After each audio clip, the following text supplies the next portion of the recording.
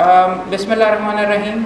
Lahore high court bar association के तमाम members को मैं खुशामदीद कहता हूँ। Lahore high court bar association का ये आज 28वां लेक्चर है।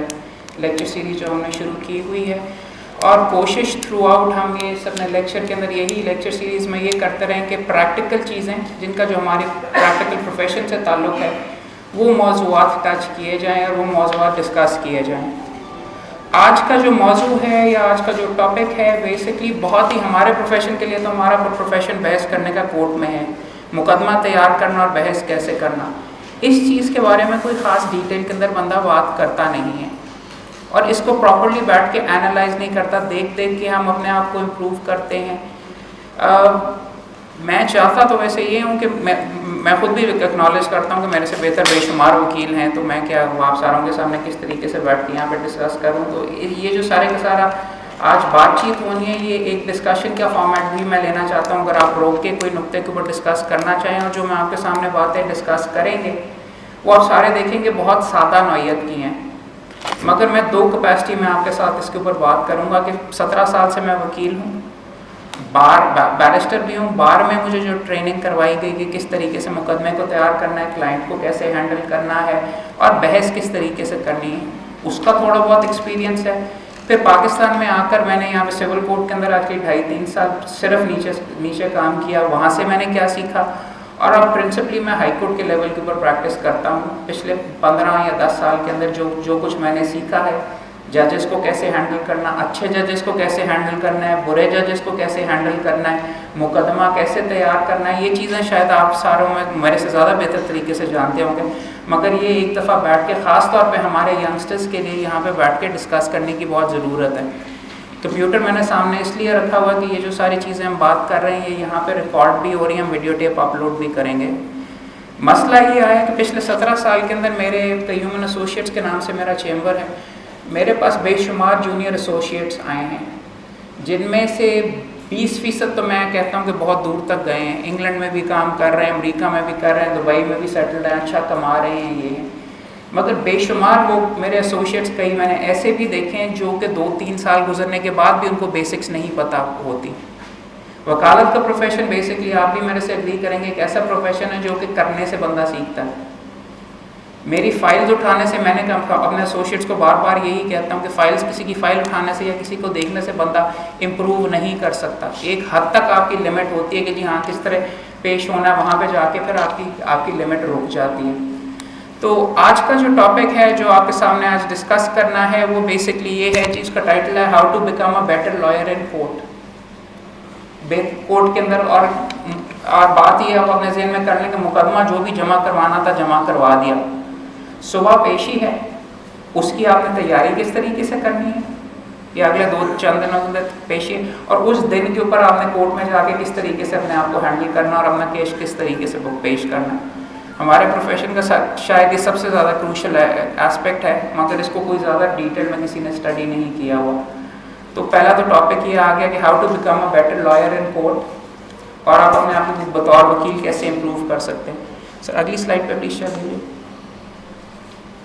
कि अगर वकील आपने बेहतर से बेहतर तक बनना है तो आपने अपने आप को इम्प्रूव करना है। ख़ासतौर पर किन चीज़ों को आप इम्प्रूव कर सकते हैं अपने अंदर, जो मर्जी हों, और मलिक क़य्यूम साहब हों, एतज़ाज़ एहसन साहब हों, जो भी हों, सारे के सारे वो इन चीज़ों के ऊपर आज भी अपने आप को अपने काम करते हैं। पहली चीज़ जिसके ऊपर आप अपने आप को इम्प्रूव कर सकते हैं, हर बंदा कर सकता है, लाइब्रेरी अवेलेबल है, आप अपनी नॉलेज को इम्प्रूव करें। अगर आपको नॉलेज है, जो आपके पास क्लाइंट जो मामलात लेके आते हैं, जिस बंदे का रजिस्टर ज़्यादा बड़ा है, जिस बंदे की नॉलेज दूसरे से ज़्यादा है, उसको सवाल का जवाब भी बआसानी आएगा। He will be able to fight better at court. और कोर्ट में बेशुमार नुक्ते होते हैं, बहस के दौरान ही आ जाते हैं। अगर आपकी नॉलेज का बैकअप है, पाकिस्तान लॉ साइट आप ऑनलाइन नहीं वहाँ पे चेक कर सकते जब आप रोस्टर के ऊपर खड़े होते हैं। तो ये फंडामेंटल चीज़, पहला नुक्ता तो इसके अंदर है ये है कि आपको स्ट्राइव करना चाहिए अपनी नॉलेज को इम्प्रूव करने के लिए, ऑब्वियस चीज़ है। दूसरी स्किल्स, मैं खुद प्रॉब्ली इस चीज़ का एग्जांपल हूँ कि आप बतौर वकील और अपनी एडवोकेसी जो कोर्ट के अंदर करना होता है आप उसको इम्प्रूव कर सकते हैं। मुझे इस चीज़ के अंदर कोई आर महसूस नहीं करता कि जब इनिशियली मैं प्रोफेशन के अंदर आया था डिग्रियाँ मैंने बहुत इकट्ठी की हुई थी, लेकिन मैं बहुत शर्मीला बच्चा था यहाँ से। मेरे लिए एक्चुअली बोलना और कोर्ट के ऊपर, रोस्टम के ऊपर जाना मुझे बहुत बेशुमार झिझक होती थी। गलतियाँ भी मैंने इनिशियली बहुत की। मेरी एजुकेशनल बैकग्राउंड अगर मैं आपको बताऊँ तो 8 से डिग्रियाँ मैंने बहुत इकट्ठी की हैं। अमेरिका से मैंने बीए किया था, LLB मैंने BA जूरिस्प्रूडेंस ऑक्सफोर्ड से किया। उसके बाद मैं आया बार करने के लिए लिंकन आ गया, वहाँ से डिग्री करके फिर मैं यहाँ पर पाकिस्तान के अंदर आके बार हो गया। मांडवी वाला जफ़र के नाम से एक चेंबर था, सैयद अली ज़फ़र साहब का चेंबर, SM ज़फ़र साहब का चेंबर, और वहाँ पे मैंने काम करना शुरू किया।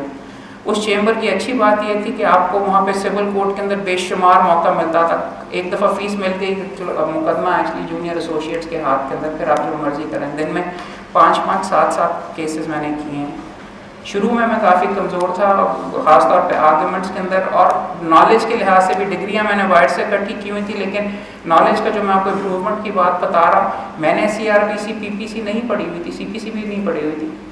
डिग्री मेरी बाहर की थी, बेसिक प्रिंसिपल्स मुझे आते थे, मगर वो सारी चीज़ें आके मुझे यहाँ पे सीखनी पड़ी, और आज भी इसी वजह से मैं सारे के सारे बीच में सीखने की कोशिश करता रहता हूँ यहाँ पे बीच में। कहने की चीज़ ये वगैरह गलतियाँ हर बंदा करता है। बेहतर है कि जो आप गलतियाँ करते हैं और वो लोअर लेवल से ही शुरू करें। और मैंने जितनी भी बोंगियाँ मारी हैं सिविल कोर्ट के अंदर मैं ऑलरेडी मार के उसके बाद फिर हाई कोर्ट के लेवल के ऊपर जाके ये सारा कुछ कर चुका हुआ था। सिविल कोर्ट की प्रैक्टिस किसी वकील को बनाने के लिए बहुत इसेंशियल है। बेशुमार दोस्त यहाँ पे आते हैं, कई अभी हैं, हमें ही उन्होंने कहा कि जी वो एग्जामिशन लेके दीजिए हमें हाई कोर्ट डायरेक्ट जाने की। मैंने उनको भी मुंह पे ये कहा है कि बहुत बड़ी गलती कर रहे हैं, क्योंकि हाई कोर्ट के अंदर अगर आपने कोई बोंगी मारी और 50 बंदों के सामने आपकी बेइज्जती हो गई तो अगले दिन आपने फिर उसके बाद वकालत में आना नहीं है, दोबारा आप उस कोर्ट के अंदर नहीं आएंगे। मेरे साथ बार करके आए, मेरे ख्याल में 11 लड़के मेरे साथ आए थे, जिसमें से सिर्फ 3 अब प्रैक्टिस कर रहे हैं। वो यही था कि वो बाबुओं वाला अंदाज था, यहाँ से ज़्यादा चेंबर के अंदर बैठे रहते हैं, कोर्ट में आने से झिझकते हैं। बेशुमार सीनियर वकला भी आपको इस नौयत के मिलेंगे। डॉक्टर परवेज़ हसन बहुत बड़ा नाम है, मगर आपको लगता है अगर आप उनके सामने अगर आप पेश हो रहे हों कि आप उनको थोड़ा बहुत तंग कर सकते हैं इसके अंदर, अगर आपने एडवोकेसी और नीचे के लेवल की अगर आपने की हो प्रैक्टिस। पॉइंट आउट मैं आपके सामने ये करना चाह रहा था कि ये जो एडवोकेसी का स्किल है मैंने खुद अपना इम्प्रूव किया है। करने का क्या तरीका है, इम्प्रूव करने का तरीका है करने से। आप करें, मुकदमे हारें जीतें जो है वगैरह, मगर अगर आप इसके ऊपर लगे रहेंगे तो यू विल इम्प्रूव। मगर उसके लिए भी शर्त ये है कि आप बैठ के अपने आप को एनालाइज करें कि आपने गलत किया क्या है, कहाँ कमी कोताही है। हर मुकदमे को आप एनालाइज करें। अगर फॉर एग्जांपल जानवरों के अंदर मेरे वालिद साहब ने मुझे शुरू में पॉइंट आउट किया था, जानवरों और इंसानों में ये मसला है कि अगर आप इस कमरे में कभी एक चिड़िया आ जाए ना तो वो बंद खिड़की से बाहर निकलने की कोशिश करती है और बार टकरे मारती रहती है उसी जगह के ऊपर। तो अगर दरवाज़ा आपने खिड़किया तो आप खिड़की खोलें, या फिर आप अपने अंदाज को दरवाज़ा ढूंढें या कोई अपने आप को आप इम्प्रूव करें। तो ये सबसे probably one of the best advices I ever got in this profession कि आपने अपने आप को एनालाइज करना है। बहुत आसान है हमारे लिए कि मुकदमा हार के हम आ जाए और कहें कि ये जज मिला हुआ था या जज को समझ ही नहीं आई, या वो कि उसको कहते हैं जी देखें किसको कहते हैं क्लैक, मुकदमा ही बहुत कमज़ोर था। मुकदमा तो जिस दिन आपने मुकदमा लिया था उस दिन ही कमज़ोर था, आपने कंट्रीब्यूट क्या किया। तो अगर कोई भी मुकदमा आप हारते हैं या आपके हाथ से निकलता है उसके अंदर होगा मुकदमा बहुत कमज़ोर, मगर एक हद तक आपका, मैंने तो हमेशा ये फील किया कि मेरा उसमें कोई ना कोई कसूर था जिसकी वजह से वो मुकदमा सक्सीड नहीं हो सके। If you are not honest with yourself और ये चीज़ें आप बैठ के नहीं एनालाइज करेंगे और अपने आप को इम्प्रूव करने की कोशिश नहीं करेंगे, नसीहत वाली बात नहीं, मैं अपने आप को खुल के बात कर रहा हूँ जिस तरह मैंने अपने आप को कम अज़ कम इम्प्रूव किया है। जितने मुकदमे मैंने हारे हैं, मैंने कई मुकदमे हारे हैं, उनसे मैं सबसे ज़्यादा लर्न मैंने उन्हीं मुकदमों से किया है। मेरा सबसे पहला जो मुकदमा था चौधरी एजाज साहब के पास में पेश हुआ था। मैं मुकदमा हारा था और मुझे अभी भी याद है हाई कोर्ट के मैं मुस्कुराता, सर्विस मैटर था, मुस्कुराता हुआ मैं वहाँ पे चला गया कि जी मेरे पास एक नुक्ता बड़ा अच्छा है जो कि मैं उनके सामने आगे करूँ। उन्होंने आते ही मुझे आगे से 212 था, बाबू वकील में बाहर का था 212 का, मुझे वैसे भी उस ज़माने के अंदर कोई इतना खास पता नहीं था। तो मैं वो अपने उसी नुक्ते के ऊपर बार बार लगा रहा हूँ। और उसके बाद मैं वापस आया, उन्होंने एक्चुअली मेरी 2.5 मिनट के अंदर पिटिशन डिसमिस की थी, मुझे अभी भी याद है। मगर उसके बाद वापस आने के बाद वो 212 आर्टिकल मुझे मुकम्मल तौर के ऊपर हर हर्फ याद भी हो गया। वालिद साहब को मैंने जाके अपने बीच में कहा कि जी देखें जी, उसने तो मेरी बात ही नहीं सुनी। मैंने कहा, उन्होंने मुझे आगे सीधा ये कहा कि तैयारी करके जाना था मुझे 212। और ये चीज़ें एक्सपीरियंस से आती हैं, मगर मैं आपको बताना ये चाह रहा हूँ। मेरे एसोसिएट्स भी बेशुमार मेरे साथ जाते हैं, मेरे साथ मैं जब कोर्ट में जाता हूँ तो मेरे साथ ही अब यहाँ पे काफ़ी मौजूद है, एक फ़ौज खड़ी होती है।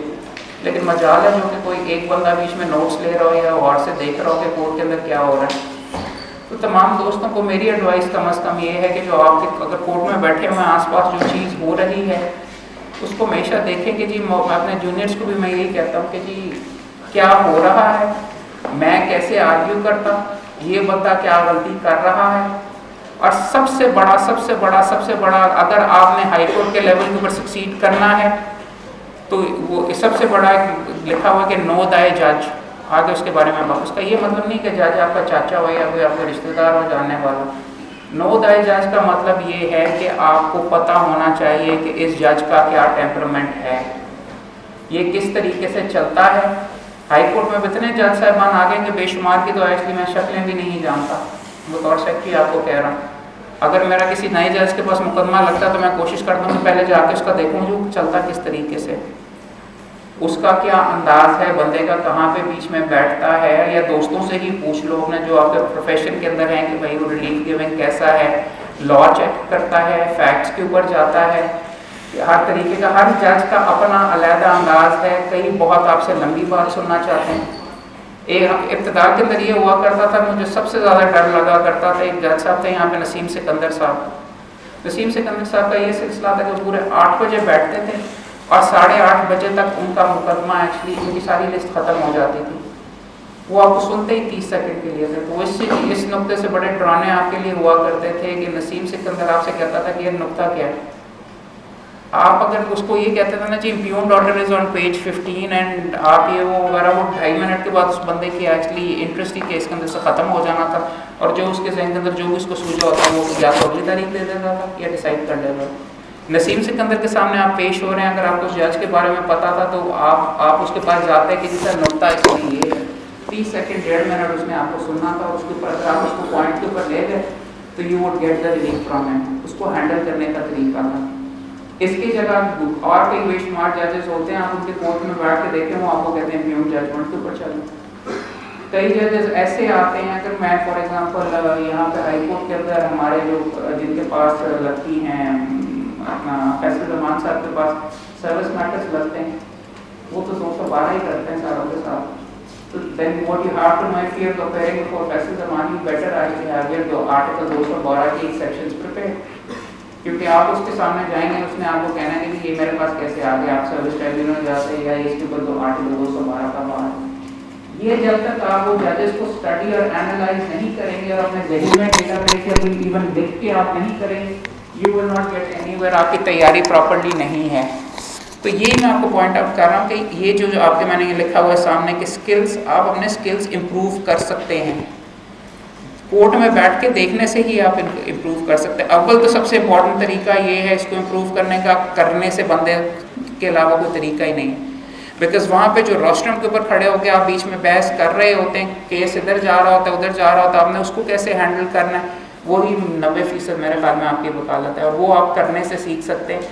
और सबसे बड़ा मोटिवेटिंग फैक्टर और इम्प्रूव करने के लिए, मुकदमा तैयार करने के लिए बेइज्जती होता है। कम से कम मुझे हमेशा मेरा होने से इस चीज़ से मुझे डर लगा होता है कि जी कहीं बेइज्जती ना हो जाए जज के सामने, जज ने ये चीज़ पूछी इस चीज़ का जवाब ना हो, या अगर जज ने ये ऑर्डर आपका लिखवा दिया ना जी कि वो seeks more time to prepare his brief, तो कंसिडर कि वो आपके लिए बेइज्जती का मुकाम है। कम से कम मैंने तो हमेशा अपने आप को इस तरीके से समझा। इस मामले में तो अपने स्किल्स को और अपनी नॉलेज को आपने इम्प्रूव करना है और इन चीज़ों के साथ आपने अपने क्या रिजल्ट्स अगर आपके इन्हीं चीज़ों के साथ इम्प्रूव होगी तो आपकी मार्केटेबिलिटी भी इम्प्रूव हो जाएगी।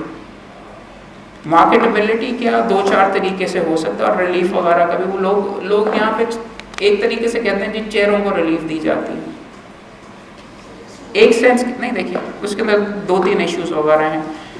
कॉम्पिटेंस को भी रिलीफ दी जाती है यहाँ पे। अगर आप चेहरा नहीं है तो आप अपने कॉम्पिटेंस के साथ कवर अप किया जा सकता है। और चेहरे को मैं इस हद तक, अगर आपको कभी किसी ने हाई कोर्ट में देखा ही नहीं तो then yes you have a bit of a problem. या अगर आपको उसका तरीका ही नहीं पता और आप दबाई जा रहे हैं कि नहीं इस तरीके से ये फैसला है, तो वहाँ पे होता है। एतजाज़ हसन साहब को जो रिलीफ मिलती है, आप उनको चेहरा कह सकते हैं, बट वो किसको कहते हैं, वो बहुत बड़ा कॉम्पिटेंट बंदा भी है।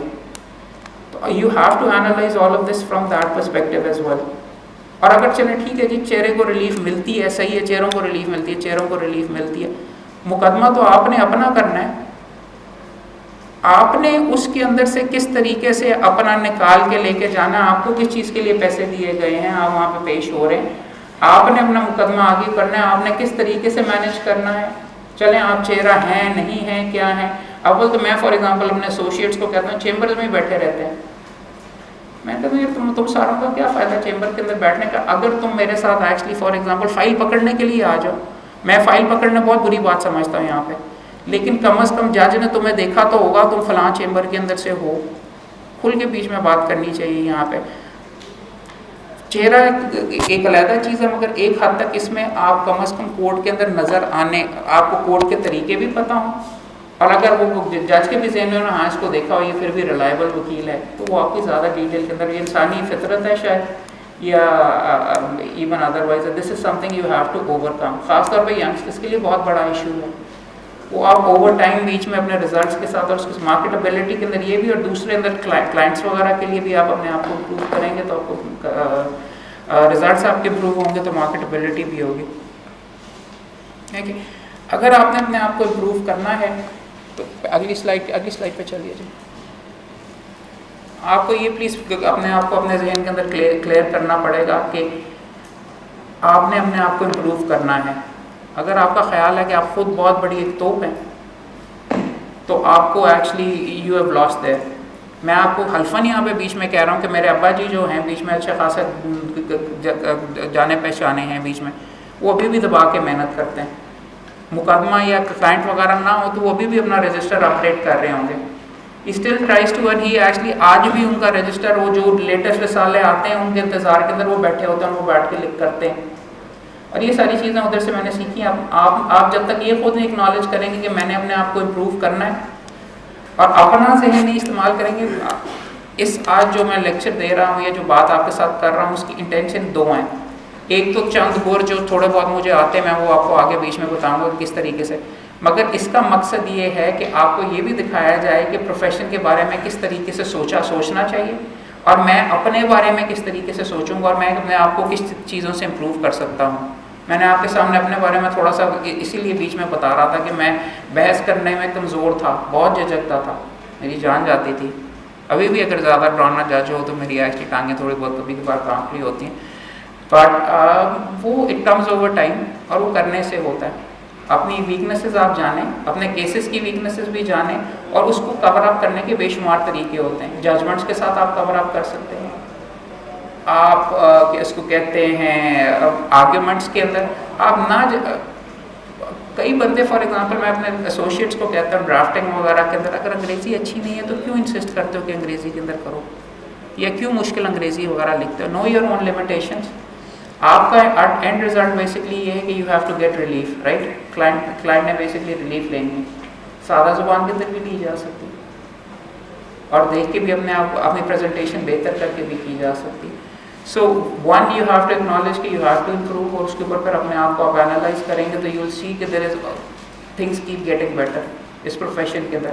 और सच्ची बात ये है कि जी देखिए इस प्रोफेशन की खूबसूरती ये है कि रोज़ आपका इम्तिहान होता है और मैं अगर कोई बैंकर होता ना जी तो मेरे से बिस्तर से ना निकला जाता सुबह 8 बजे के बाद। But I love this profession because it's very very challenging. आपको मौका और इसमें बड़ा मुश्किल काम भी है। और एक मैं यहाँ पे बीच में आपको लेक्चर दे रहा हूँ, मैं ये भी एक्नॉलेज करता हूँ कि मैं एक तरीके से खुशकिस्मत हूँ कि 2 पुश्त तो ऑलरेडी एक्चुअली जज मुझे तो पक्की पकाई खीर मिली है, ठीक है। बट सच्ची बात तो ये है कि मैंने इस पर काम भी बेशुमार किया हुआ है और ये जो ज़्यादातर चीज़ें मैं आप सारे ख़ासतौर पे यंगस्टर्स को जो बता रहा हूँ, मैं मेरे साथ जिन यंगस्टर्स ने काम किया उनको ऑब्ज़र्व करके मैं आपको बता रहा हूँ कि जिन्होंने सक्सीड किया है उन्होंने इम्प्रूव किया है। और मंथ बाय मंथ, और मैं आके एक्चुअली मेरे चेम्बर में फॉर एग्ज़ाम्पल जो आते हैं, मैं अपने एसोसिएट्स को बेशुमार रगड़ा देता हूँ, बेशुमार झाड़ता भी हूँ। उसका मकसद उनकी तज़यीक़ करना है, उनको ख़राब करना नहीं है। उनका मकसद ये है कि एक डराने जज को आप कैसे हैंडल करेंगे। अगर आप मुझे हैंडल कर लेंगे तो आप जज को भी फिर हैंडल कर ही लेंगे। इस तरीके से अपने आप को टेस्ट भी करते रहना चाहिए। अगली स्लाइड पर चलिए सर। सर देखिए, ये काफ़ी ऑब्वियस चीज़ है, मगर अगर आपने आपको अपने बतौर वकील इम्प्रूव करना है ना, तो आपने अपनी नॉलेज इम्प्रूव करनी है। हमारा जो प्रोफेशन है नॉलेज बेस्ड प्रोफेशन है, राइट, जिसको फॉर एग्जांपल, और हमारे प्रोफेशन में एक तो बेसिक नॉलेज हो गई ना, जैसे CRPC, CPC, ये वो। अगर आप इस प्रोफेशन को आप क्लोजली आप एनालाइज करें, मेरी अभी अपने हमारे इरफान आरिफ शेख साहब से, वाइस प्रेसिडेंट से बात हो रही थी, कई ऐसी फील्ड्स हैं कि जिसके बारे में लोगों को पता ही नहीं, लाखों करोड़ों वहाँ पे मिलते हैं और वो चंद लिमिटेड बंदों की, for example Irfan was telling me, procurement की पेपरा रूल्स जो हैं, उसकी अगर आपके पास नॉलेज वगैरह हो, उसको अगर आप प्रॉपर्ली हैंडल कर सकते हैं, उसमें आपने 2 मुकदमे कर लिए तो आपको 15 और मिलेंगे।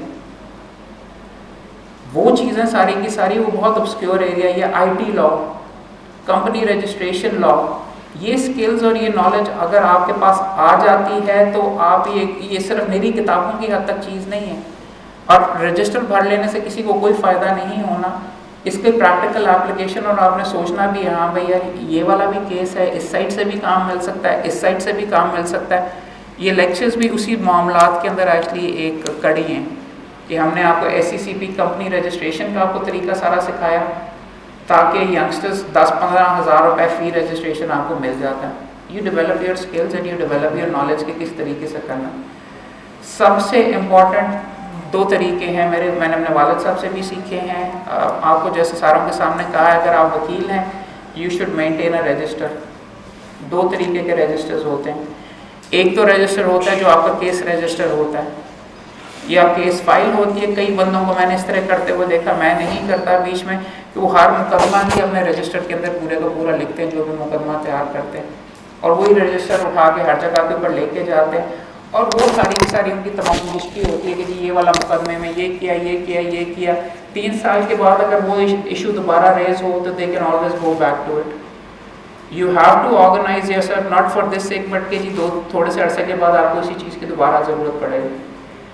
दूसरा सबसे इम्पॉर्टेंट चीज़ यहाँ पे ये है वकील के लिए, आप कोई ले लीजिए जिसको आप कॉम्पिटेंट, साकिब निसार साहब देख लीजिए, जज साहब जो हैं सुप्रीम कोर्ट में अप्यूनी जज हैं, उनका रजिस्टर है। ख्वाजा सईद ज़फ़र साहब का देख लें, उन्होंने रजिस्टर पूरा लिखा हुआ है। उसके अंदर मेंटेन करके जो आप काम करते हैं, एक दफ़ा आपने अगर आप किसी अपने जूनियर के साथ काम कर रहे हैं, उसे आपको रिसर्च करवाई, वो रिसर्च अगर आपने अपने रजिस्टर में नहीं लिखी, वो हवा में गुम हो जाएगी। आपको याद रहेगा, हाँ भाई 28 साल पहले मैंने फलां चीज़ बीच में करने की कोशिश की थी, फलां चीज़ मैंने बीच में सोची थी, रिसर्च की थी, लेकिन फिर से आपको ज़ीरो के ऊपर से सारा काम करना पड़ेगा। अगर दोस्तों को मालूम नहीं रजिस्टर बनाने का क्या तरीका है, वो ABCD वाला आपको एक रजिस्टर बीच में मिलता है, जिसके अंदर अमूमन लोग अपने फ़ोन नंबर्स वगैरह लिखते हैं। वो लेके जो जजमेंट पकड़ें, पूरा हेड नोट लिखने की नहीं ज़रूरत, 2 लफ्ज़ ही 4 लफ्ज़ लिख दीजिए, रिट मेंटेनेबिलिटी आर्टिकल 212, उसके आगे जो लेटेस्ट जजमेंट्स हैं, जो भी नज़र में से गुजरी वो आप सामने लिख लें। हमारे एक्चुअली प्रोफेशन के अंदर एक चीज़ रिसर्च के अंदर मैं अपने एसोसिएट्स को बेशुमार कहता हूँ, अपने पल्ले बीच में बांध लीजिए कि लीडिंग जजमेंट्स खासतौर पे आप ढूंढने की बहुत, लीडिंग जजमेंट क्या होती है, वो जजमेंट जिसके अंदर और जजमेंट्स के बारे में भी डिस्कस किया हो, सुप्रीम कोर्ट की उस नुक्ते के ऊपर अगर कोई मेन जजमेंट है। हमारे हर चीज़ सिरे से हमें ढूंढने की ज़रूरत नहीं होती। एक जजमेंट अगर आपको मिल जाए, अमूमन उसके अंदर दोनों वकीला ने आपका काम ऑलरेडी कर दिया होता है। एक साइड ने एक चीज़ आर्ग्यू कर दी होती है, and he would have relied on certain authorities, और दूसरी साइड ने आप दूसरी साइड से आर्ग्यू कर दिया होता है, और उसने उस नुक्ते के ऊपर से किया होता है। तो सिर्फ वो जजमेंट आपके लिए यूज़फुल नहीं है। मैं जब लिखता हूँ तो मैं उसके आगे अगर कोई इंपॉर्टेंट हो और दोनों साइड के अगर हों नुक्ते, कोई जजमेंट्स मिल रही हैं किसी नुक्ते के ऊपर, तो उसके अंदर मैं फॉर एंड अगेंस्ट दोनों चीज़ें बीच में लिख लेता हूँ। बिकॉज वकील का तो काम ये है कि जब आपके पास कोई क्लाइंट वगैरह आएगा, ये गारंटी नहीं है कि वो इसी साइड से आएगा, वो दूसरी साइड से भी आ सकता है। आपको दोनों साइड्स के ऊपर से actually you should be able to know कि जी यहाँ पे ये मैनेज करना है, यहाँ पे ये मैनेज करना। सो वंस अगेन, आप जब तक अपने आप को ऑर्गेनाइज नहीं करेंगे और अपना रजिस्टर तैयार नहीं करेंगे और लेटेस्ट जजमेंट से नहीं अपने को रखेंगे, और ये चीज़ अपने याद रखें दो चार तरीके से लेटेस्ट जजमेंट लेने का क्या फ़ायदा है। एक तो आप यहाँ पे हाई कोर्ट में पेश होते हैं, अगर आप जज साहब को उसकी जजमेंट दे देंगे ना तो एक तो बहुत खुश होगा, और दूसरा वो अपनी जजमेंट का पाबंद भी होगा, अनलेस सपोज वो कोशिश करे कि नहीं जी उसमें अलग नुक्ता था, फिर आप कहें नहीं जी उसमें अलग नुक्ता नहीं था, उसमें भी यही नुक्ता था, आप फलां पैराग्राफ के अंदर से पढ़ी। बट इम्पॉर्टेंट चीज़ ये है, फॉर एग्जांपल मैं क्या उसका नाम है, शायद करीम साहब को उसके वालिद साहब की एक्चुअली जजमेंट्स पढ़ाई जाती हैं और वो उनको फॉलो भी करता है। मुझे अगर मैं बहस कर रहा हूँ तो मुझे तंग करने के लिए मेरी वालिद साहब की एक्चुअली जजमेंट सामने से ओपन लाई जाती है। तो इस तरीके से I mean these are things that you need to basically take a look at, because ये प्रैक्टिकली आपको प्रोफेशन के अंदर हेल्प आउट करती हैं। इफ्तिखार चौधरी साहब की जजमेंट्स को आज काफ़ी वैल्यू किया जाता था, अब शायद ना किया जाता। मुख्तलिफ तरीके से मुख्तलिफ पॉइंट्स के ऊपर you have to make your case, और ये सारे के सारे आप अपने आप को रिसर्च बेहतर कैसे कर सकते हैं। मैनुअल तरीका तो सारे दोस्तों को पता ही है, ALDs के थ्रू या फिर टेक्स्ट बुक्स के थ्रू, और दूसरा पाकिस्तान लॉ साइट के ऊपर कैसे बेहतर रिसर्च करते हैं, उसके लिए प्लीज़ एक देखिएगा, हमने हाई कोर्ट बार की वेबसाइट के ऊपर मैंने ही बीच में एक लेक्चर वीडियो बना के दिया हुआ है कि बेहतर पाकिस्तान लॉ साइट पे कैसे रिसर्च की जा सकती है। वो काफ़ी डिटेल टॉपिक है, उसके ऊपर अलग बीच में बात करेंगे। और अगर कोई मसला वगैरह पढ़ रहा है तो आप किसी से पूछ भी सकते हैं। बाय द वे जी, यहाँ पे सीनियर्स अभी भी बेशुमार मौजूद हैं जो कि एक्चुअली हेल्प आउट करना चाहते हैं। अगर आपको कोई समझ नहीं आ रही किसी प्रोपोजिशन के ऊपर तो व्हाई नॉट उससे भी आपको बीच में अगले सफ़े पे चलिए सर। ये तो हो गया इम्प्रूविंग नॉलेज। अगले सफ़े पे अगर चलें तो चाइनीज़ एक राइटर है बहुत मशहूर, सुन त्सू उसका नाम है, उसने किताब लिखी हुई art of war, I think 300 BC के अंदर उसने ये किताब लिखी हुई थी, और अभी भी इसको स्ट्रैटेजी के अंदर या मैनेजमेंट के अंदर इसको बाइबल का तस्वर किया जाता है। उसने बेसिकली ये कहा था कि जी बैटल्स, कोई भी जंग are won or lost before they are fought. अगर दो फौजों का या दो मुकदमों के अंदर दो पार्टीज का कोई आपस में तसादम हो रहा है या कोई आपको मुकदमा कर रहे हैं, मुकदमा आपका एक्चुअली जाके बहस करने से पहले ही अमूमन हार जीत का फैसला हो चुका होता है, जज के जहन के अंदर नहीं लेकिन आपकी तैयारी से। उसने अपनी इस किताब के अंदर खास तौर पे ये लिखा हुआ है कि अगर आप बीच में जा रहे हैं तो बेटर प्रिपेयर्ड पार्टी जो भी होगी, ज़्यादा बेहतर तैयारी करके गई होगी, that party is going to win. Who is much clearer about his case, या जिसने जज को प्रॉपरली उस नुक्ते के ऊपर हिट कर लिया, उसका एक्चुअली पलड़ा हमेशा बीच में भारी होगा। और जो बंदा कंफ्यूज रहा या जिसकी तैयारी नहीं हुई या जो कागज़ शफल आगे पीछे ऊपर नीचे करता रहा, वो हमेशा स्ट्रगल ही करता रहेगा। वो अपने एसोसिएट्स को बोलता रहेगा, वो अपना जज के सामने एम्बैरस होता रहेगा। तो करने की सबसे इम्पोर्टेंट चीज़ किसी भी मुकदमे के अंदर ये है कि आपकी तैयारी क्या है, और ख़ास तौर पर अगर आप बीच में बहस करने जा रहे हो, ये हमारी फंडामेंटल चीज़ है। तैयारी की कैसे जाती है, ये ज़्यादातर सीनियर्स को तो सारा वो पता ही होगा, मगर जो जूनियर्स हैं यहाँ पे मौजूद, उनके साथ ज़रा बात करने की ज़रूरत है। अगर आप किसी जज के पास जाते हैं, मैं आप सारों से सवाल करता हूँ, तो जज के जहन में सबसे पहला क्वेश्चन क्या होगा? कोई मुकदमा आप लेके प्लेंट लेके आप आ गए, आप रास्टर पे खड़े हो गए, वो आपकी शक्ल देख रहा है, आप उसकी शक्ल देख रहे हैं, तो उसके जहन के अंदर क्या पहला सवाल होगा? जी एग्जैक्टली। तो सबसे इम्पोर्टेंट चीज़ ये है, अच्छे और गुरु, मैंने अपने कम से कम एसोसिएट्स के अंदर तैयारी के अंदर मसला ये उनका सबसे ज़्यादा ये देखा है कि वो जब पढ़ना शुरू करते हैं तो वो फैक्ट्स पढ़ना शुरू कर देते हैं। मेरे पास अगर कोई एसोसिएट आता है उसको जज करने का मैंने ये तरीका दिया, मैं उसको प्लेन पकड़ा देता हूँ, कम यार पढ़ के आओ ज़रा, आप बताओ क्या है। उससे मैं पूछता हूँ उसमें इसके अंदर है क्या, तो वो हमेशा शुरू करता है कि एक दफ़ा का जिक्र था कि ये हुआ, ये हुआ, ये हुआ, ये हुआ, ये हुआ।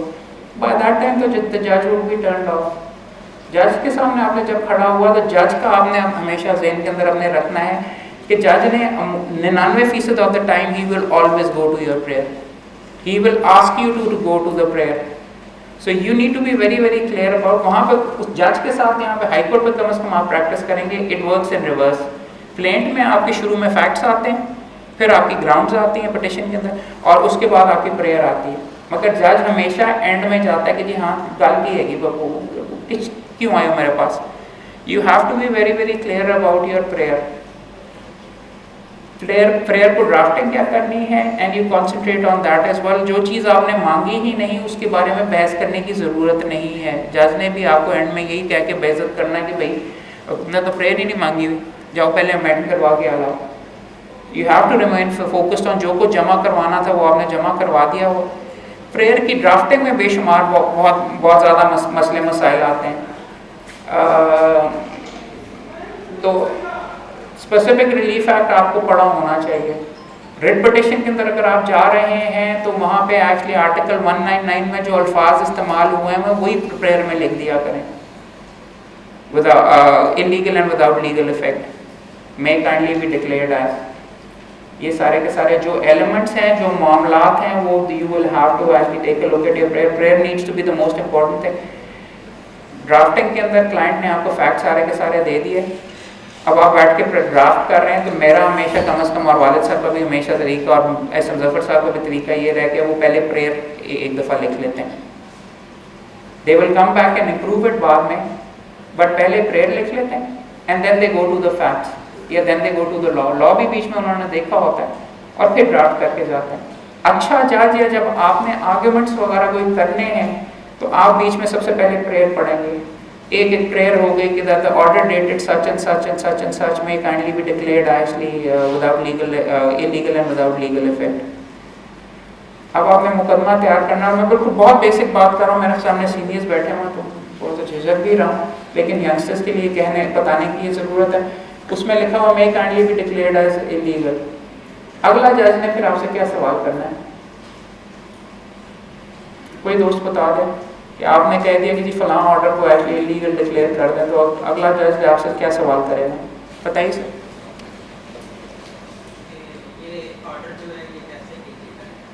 ये आपसे पहले तो ये करेगा कि सफ़ा कौन से सफ़े के ऊपर है वो ऑर्डर. सबसे इम्पोर्टेंट चीज़ इसके अंदर, मैंने ये भी अपने यहाँ पे दोस्तों को देखा हुआ है, वो आप सुबह सुबह उसके सामने अर्जेंट में जाते हैं, जज पूछता है जी इम्प्यूग्ड ऑर्डर की क्या डेट है, तो कागज़ फरोलने शुरू कर देते हैं. नहीं होता है, बेशुमार दफ़ा बीच में होता है. अगर आपने लिख के या आपने मार्क अगर ये नहीं किया हुआ जी क्या ऑर्डर है, और ये आप भूल जाते हैं, जो भी सारे का सारा सिलसिला है, देन कई दोस्त मैंने ऐसे देखे हैं जो कि सुबह पेश हो गए तो उन्होंने इम्प्यूग्ड ऑर्डर नहीं पढ़ा होता ना. ये बहुत फंडामेंटल चीज़ें आपने जब शुरू करना है, मुकदमा आपने तैयार करना है या अपना केस करना है, अगर आप जा रहे हैं फॉर एग्जांपल रिवीजन में पेश हो रहे हैं, कम अज़ कम चलो एविडेंस नहीं भी पड़ी हुई, कम अज़ कम इम्प्यूग्ड ऑर्डर तो दोनों के दोनों पड़े होने चाहिए ना. सो इम्पॉर्टेंट चीज़ किसी भी वकील के लिए ये है कि जब बहुत सीधी सादी बात है कि इम्प्यूग्ड ऑर्डर और इम्प्यूग्ड ऑर्डर के ऊपर लाल रंग की झंडी लगा लें. कागज़ फरोलने से आपका बहुत गंदा एक्चुअली यू लूज द जज देयर. और ख़ासतौर पे यंगस्टर वो तो ऑलरेडी बीच में से आके तुले होते हैं कि ये है कि केड़ा मुंडा आ गया कि उसको पकड़ के जी हुक्म. नहीं उसकी तरफ हम अभी आते हैं, वो हमने ऑलरेडी बीच में इसके अंदर बात करनी. मैडम आमना ने बिल्कुल सही बात कही कि खैर वो अगर इम्प्यूग्ड ऑर्डर की डेट तो आपको ज़ुबानी याद होनी चाहिए, सबसे पहले इम्पोर्टेंट चीज़ है वो आपने उसको टैग कर लीजिए. देखिए हर चीज़ को आप टैग करें. यहाँ पे मेरे एसोसिएट्स और बेशुमार बंदों का मैंने ये बहुत गंदा बीच में तरीका वो देखा हुआ कि अगर आप उनकी या तो टैग्स नहीं लगे होते फाइल के ऊपर, या अगर फाइल के ऊपर टैग लगे हुए ना तो वहाँ पे लिखा होता है, और बेशुमार टैग लगे होते हैं उसके. जैसे होता नहीं जो फूल के गिर्द की पत्तियाँ होती हैं तो पूरी फाइल ना वो पत्तियों के साथ एक्चुअली लगी होती है, और उसके ऊपर क्या लिखा होता है annexure A B C D E F G H सारे का सारा. अब आपको उसने कहा कि जी मलिक साहब वो इम्प्यूग्ड ऑर्डर दिखाएं, वो एनेक्चर G है H है, क्या है, क्या फ़ायदा, या वो आपसे पूछ रहा तारीख क्या है. प्लीज़ अपने जहन के अंदर ये क्लियर कर लीजिए. अगर आपने इस तरीके से किया then you have to go to the index, उसको फरोलेंगे, फिर जाके आप कहेंगे सर जी वो फलां जगह पे फलां सफ़े पे लिखा हुआ. बेहतर तरीका ये है कि मैंने अपने प्रैक्टिकली बीच में देखा हुआ है, इम्पोर्टेंट ऑर्डर्स के ऊपर लाल रंग, इम्प्यूग्ड ऑर्डर के ऊपर लाल रंग की आप झंडी लगा लें, उसके ऊपर तारीख लिख लें. बिकॉज जज ने आपसे नहीं पूछना है एनेक्स्चर कौन सा है, वो जज ने आपसे पूछना है बिकॉज उसने अपने फैसले में वो ये नहीं लिखता जज के annexure C is declared illegal, he says order dated such and such passed by such and such is declared illegal. हर चीज़ को आपने अगर कोई रिलीफ लेनी है, मुकदमा करना है, you have to actually facilitate the जज, राइट। जज ने आपके फेवर के अंदर ऑर्डर करना है, वो आपको रोस्टरम से पूछा, आपको रिलीफ मिल रही है, वो आपसे पूछता है कि यार ऑर्डर की क्या डेट है बताओ और क्या रिलीफ मांगी, और ये सारे के सारे ये जो सारे मामला हैं। तो important thing for you to do is actually tag everything. इससे ये मैं उससे पहले बात कर रहा हूँ कि आपने एक फैक्ट शीट बनानी है, उससे पहले सारी चीज़ आपकी फाइल ऑर्गेनाइज्ड होनी चाहिए। अगर आप रिवीजन में पेश हो रहे हैं, एविडेंस की बेटर कॉपीज होनी चाहिए और एक दफ़ा पढ़ लिया होना चाहिए आपके लिए। बिकॉज कई दफ़ा मेरे साथ हुआ, अगर मैं काफ़ी लेजी हूँ और मैंने नहीं एविडेंस पढ़ी, वहाँ पे मैं पहली दफ़ा बीच में पढ़ रहा होता तो फिर काफ़ी अपोंगियाँ बीच में मारते हैं। तो बेहतर होता है कि एक दफ़ा आप खुद बीच में पढ़ लें, उसकी एक्यूरेसी भी चेक हो जाएगी। इसके साथ साथ मुकदमे के अंदर आपने अगर आप केस करने के लिए जा रहे हैं ना जी, सुबह जज के सामने अगर आपने किसी जजमेंट के ऊपर करना है कि जी बड़ी ज़बरदस्त मेरे पास जज साहब मेरे पास जजमेंट और ये बिल्कुल इसी नुक्ते के ऊपर सुप्रीम कोर्ट की है, जज के पास अगर उसकी कॉपी नहीं तो वो क्या करेगा। और आपके पास अगर आपने वो किसको कहते हैं वो वहाँ पे कोर्ट में तो ये नहीं होता ना जी कि अगर वहाँ पे तख्ती भी लगी होती है कि जी लेके आए, जज के लिए आप जब तक कॉपी नहीं लेके आएंगे there is no point to it. और ये बहुत प्रैक्टिकल और बेसिक चीज़ें, फोटोकॉपी करवा लीजिए, हाईलाइट कर लीजिए, मेरे हेड नोट के ऊपर मत चलिए, फैक्ट्स ज़रूर पढ़ के जाइए कि इस मुकदमे के फैक्ट्स क्या हैं। क्योंकि जज ने अगर आपको उसका आपके खिलाफ है उसका ज़हन या उसने रिलीफ नहीं देनी, उसने कहना मलिक साहब उसके फैक्ट्स फ़र्क थे। उसके लिए अगर आपने पढ़ा होगा कि नहीं जी आइडेंटिकल फैक्ट्स है और इसी नुक्तों के ऊपर है, फिर then you can tie him down as well.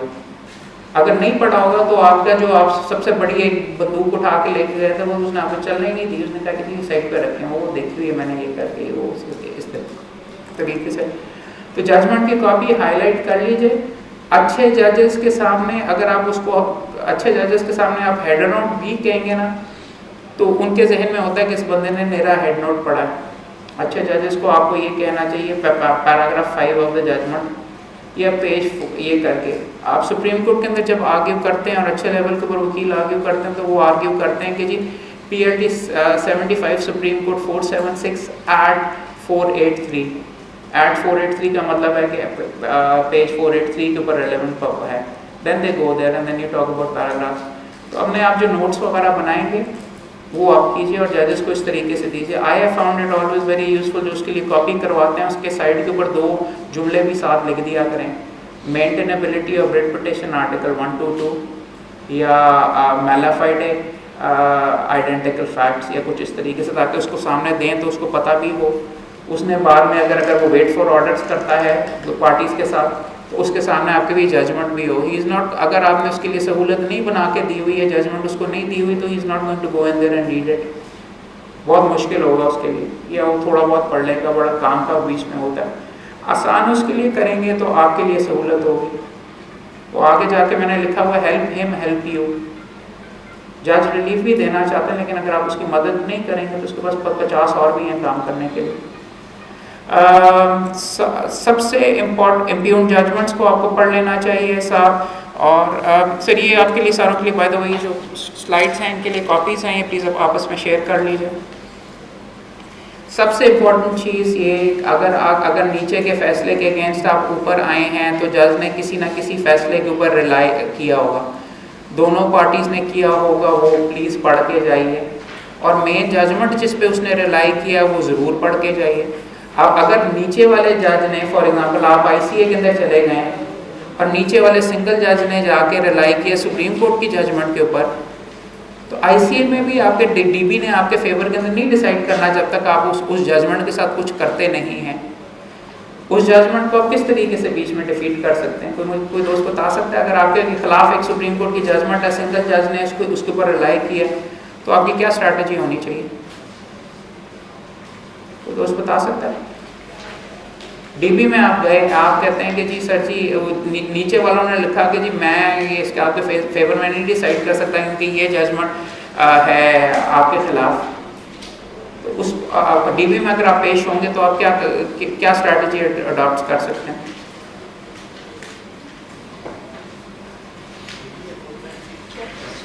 Sorry supreme court की जजमेंट पर रिलाई किया ना सिंगल जज, फुल बेंच की क्या मतलब नहीं, सुप्रीम कोर्ट की आप जजमेंट देंगे ना, यहाँ तो सिंगल जज ने सुप्रीम कोर्ट की जजमेंट पर रिलाई किया है। सुप्रीम कोर्ट की डीपी नहीं, सुप्रीम कोर्ट की नॉर्मली 2 या 3 जजेस की अमूमन जजमेंट होती है, या लार्जर बेंच की आप बेसिकली लार्जर बेंच की आप जजमेंट देंगे, मगर अगर उसके ऊपर जजमेंट के ऊपर लार्जर बेंच की जजमेंट नहीं मौजूद तो फिर क्या आप करेंगे उस जजमेंट के साथ?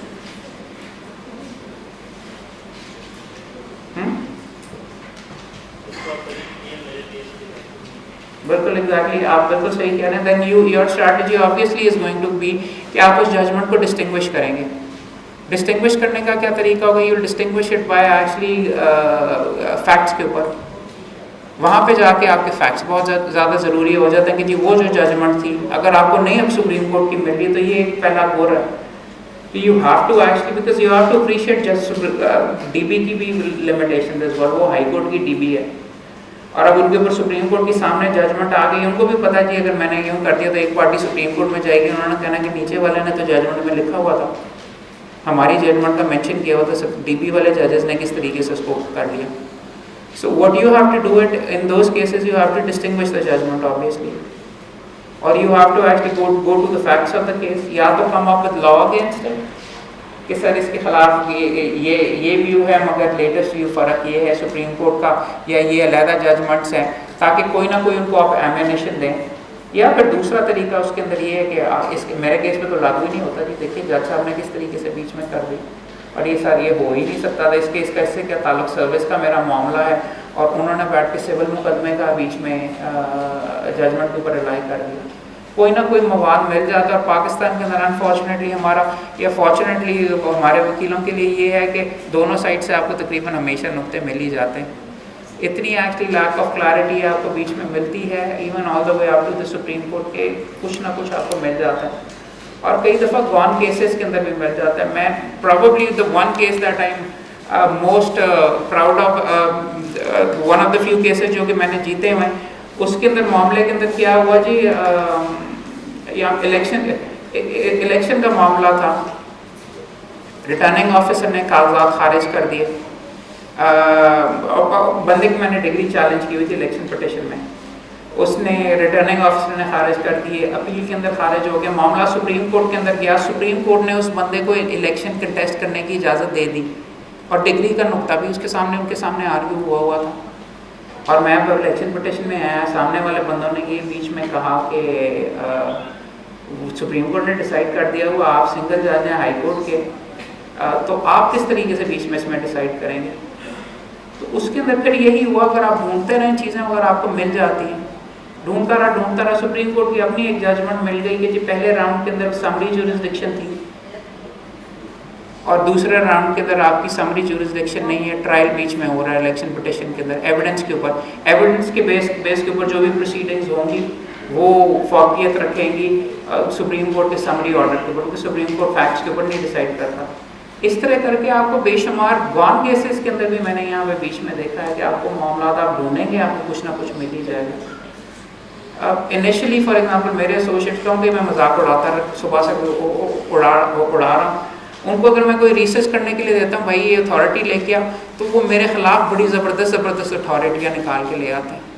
अपने फेवर में अथॉरिटी निकालना बहुत बड़ा गोल है यहाँ पे आज के इस प्रोफेशन के अंदर, और that is something that you have to look at. और मेरे दोस्त आज इस तरीके से बीच में थोड़ा सा बादशाह होते हैं, अपने खिलाफ जो अथॉरिटी उठा के ले आते हैं ना जी ये हमारे खिलाफ है, उसको अगर वो खुद ही हेड नोट से ज़्यादा अंदर जाके पढ़ लें तो उसके अंदर आपके फेवर में जजमेंट्स लिखी होती हैं, आपके खिलाफ जजमेंट है, दूसरी पार्टी ने कुछ ना कुछ आर्ग्यू किया होगा ना जी, अमूमन उसने किसी न किसी अथॉरिटी के ऊपर भी रिलाई किया होगा, वो अथॉरिटी आपके फेवर की, उसको देख लीजिए, उससे आपको 15 और अथॉरिटीज़ मिल जाएंगे।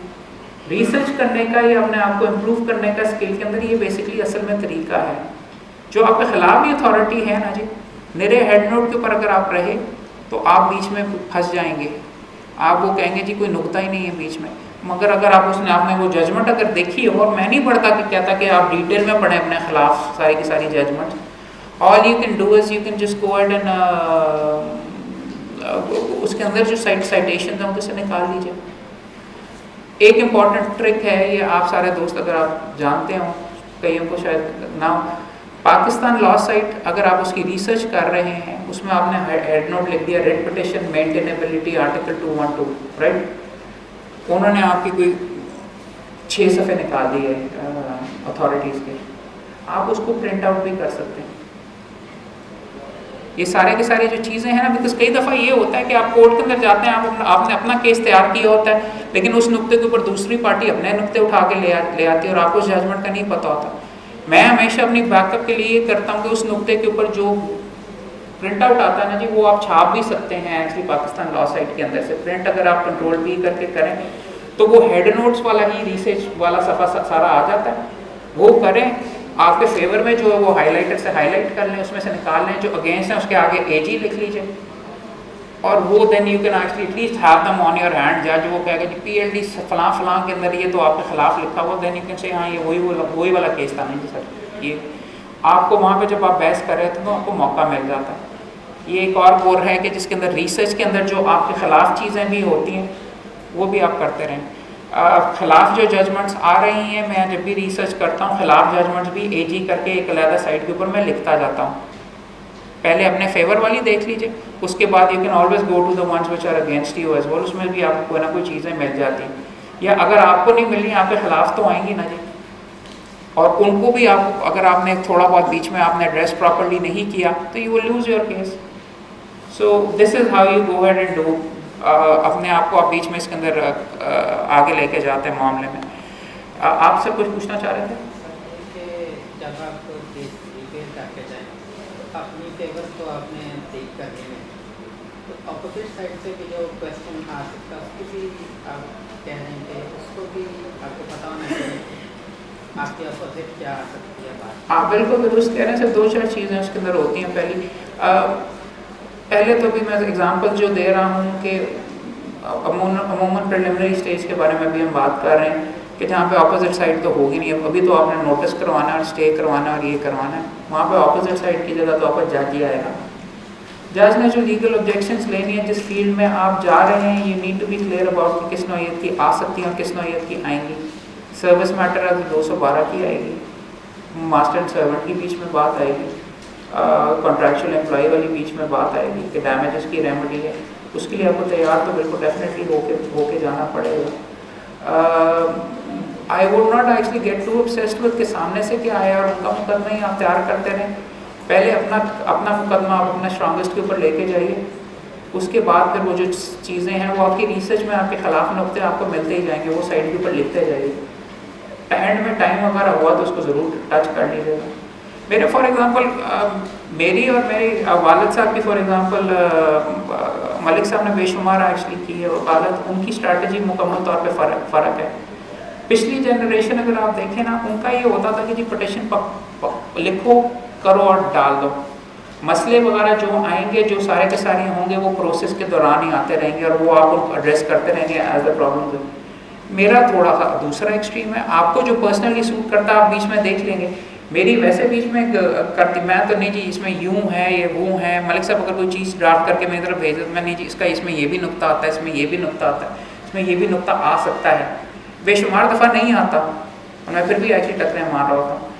तो आप 2 स्ट्रैटेजीज हो सकती हैं कि आप बिल्कुल तैयार होके जाएं या सिर्फ अपना मुकदमा तैयार करके जाएं। सामने से जो नुक्ते आएंगे और जज की जो ऑब्जेक्शंस आएंगी, those you need to be aware of, और हाँ उनको एड्रेस करने के लिए आपको होगा, मगर उनके ऊपर फिर आपने जज को एक्सप्लेन करना सर जी वो इस पर लागू यूँ नहीं होता, इसलिए ये नहीं होता, ये इस एक्सेप्शन की वजह से। जी मैडम सर ड्राफ्टिंग बहुत कंप्लीट और सॉलिड होनी चाहिए, उस पर बेस करिए। नहीं तो देखिए आई डिसएग्री विद यू। जैसे फैमिली केस या गार्डियन केस कर रहे हैं तो आपकी वो बहुत स्ट्रॉन्ग होनी चाहिए। देखिए स्ट्रॉन्ग का कोई फ़र्क होता है हमारे दोस्तों के नज़दीक। नहीं देख सकें हमारे नज़दीक ये भी यंगस्टर्स के अंदर आई एम राइट नाउ तो हम कर रहे हैं कि जी दाखिल हो चुका हुआ है। Don't want to actually go too much in detail about drafting, उस पर अलग बात करेंगे। मगर हमारे दोस्तों के नज़दीक एक्चुअली स्ट्रॉन्ग ड्राफ्टिंग का मतलब होता है कि बहुत ज़्यादा लिखा हो। That is not the actually crucial thing in this. आप you need to be brief, जितना ज़्यादा लिखेंगे उतना ज़्यादा गलती का चांस होगा। इम्पॉर्टेंट एलिमेंट्स जो हैं, आपने अगर फैमिली का डिस्प्यूट है और फैमिली में बच्चों की कस्टडी का मामला हो रहा है तो then you have to make a case. अगर आपको प्लीड करना पड़ेगा कि बच्चों का वेलफेयर एक्चुअली कहाँ पे लाई करता है, उसके एलिमेंट्स में जो नुक्ते हैं आप वो बेशुमार ज़रूर बेशक लिखिए, मगर अमेंडमेंट हो सकती है कभी भी, रिट में भी हो सकती है हर चीज़ में, लेकिन बेटर है कि आप ना जाए अमेंडमेंट पे, मैं ये कहना चाहती हूँ। नहीं, अमेंडमेंट तो खैर जब आपने एक दफ़ा प्लीड कर लिया हाई कोर्ट के लेवल के ऊपर जाके एक्सेप्शनल केसेस के अंदर आपको देंगे, माना कि सुप्रीम कोर्ट भी कहती है कि जी ऊपर तक जाके आप बीच में कर सकते हैं, but that is not something that you really want to get into. खैर वो ड्राफ्टिंग की जब बात होगी वहाँ पे बीच में बात होगी। अब आप अपनी एडवोकेसी के या बहस करने के स्किल्स बेहतर कैसे किए जा सकते हैं। पहला तो सीधा ये कि करने से बंदा इम्प्रूव करता, किसी के साथ खड़े होने से आप ऐसे नहीं होंगे इम्प्रूव करेंगे जब तक आपने खुद नहीं किया। अकेले खड़े होकर टांगे नहीं कांपी, जज की चढ़ाई बर्दाश्त नहीं की, 50 भी की हों आपने। कई बंदों में होता है कॉन्फिडेंस, नेचुरल एबिलिटी होती है, पहले दिन ही वो जाके कर लेते हैं, लेकिन अमूमन नहीं। करने से ही बंदा सीखता, करने से ही इम्प्रूव करता, तो वो इम्पॉर्टेंट चीज़ है। दूसरी, अगर आप में झिझक है तो आप अपने आप को एडवोकेसी में इम्प्रूव कर सकते हैं अपनी नॉलेज के ज़रिए और बेहतर प्रिपरेशन के ज़रिए, राइट। यहाँ पे वो फिल्मों वाला तो सिलसिला नहीं चलता कि जज साहब और मोहम्मद अली जो बीच में एक्चुअली तकरीर वगैरह किया करता था और ये सारे का सारा, वो तो हम सारे कोर्ट्स में देख चुके हैं। यहाँ पे वो मामला नहीं है। आप अपने आप को अगर बेहतर प्रिपेयर करके लेके जाएंगे, आप धीमी आवाज़ में भी आराम से भी बीच में करेंगे। अगर जज आपकी प्रॉपर्ली बीच में बात सुन रहा है और आपने अपने नुक्ते प्रॉपर्ली मेकआउट कर दिए और जजमेंट देते तो आपको रिलीफ फिर भी मिल जाता है, या कम से कम आप इम्प्रूव करते हैं, आपके चांसेस बेहतर हो जाते हैं। किसी बंदे ने कहा है कि the harder I worked the luckier I got. उसका मतलब बेसिकली ये है कि जब भी मैंने ज़्यादा बड़ी मेहनत वगैरह की ना जी, स्पोर्ट्समैन बड़े कहते हैं कि वो बंदा बड़ा लकी है, लेकिन अगर आप ज़्यादा मेहनत करके जाएंगे, ज़्यादा तैयारी करके जाएंगे तो ज़्यादा आपके चांसेस अपने ही बीच में बढ़ जाते हैं। लक का भी एलिमेंट थोड़ा बहुत आ जाता है, जज का क्या मुँह। दूसरा, आप ये कर सकते हैं, अगर आपने अपने एडवोकेसी स्किल्स को करना, आप एक हद तक इफ़ेक्टिव लॉयर्स को एनालाइज करके कोर्ट में किस तरीके से वो बीच में मैनेज करें, किस तरीके से आगे करते हैं। यंगस्टर्स के लिए ख़ास तौर पे you can actually learn from them as well.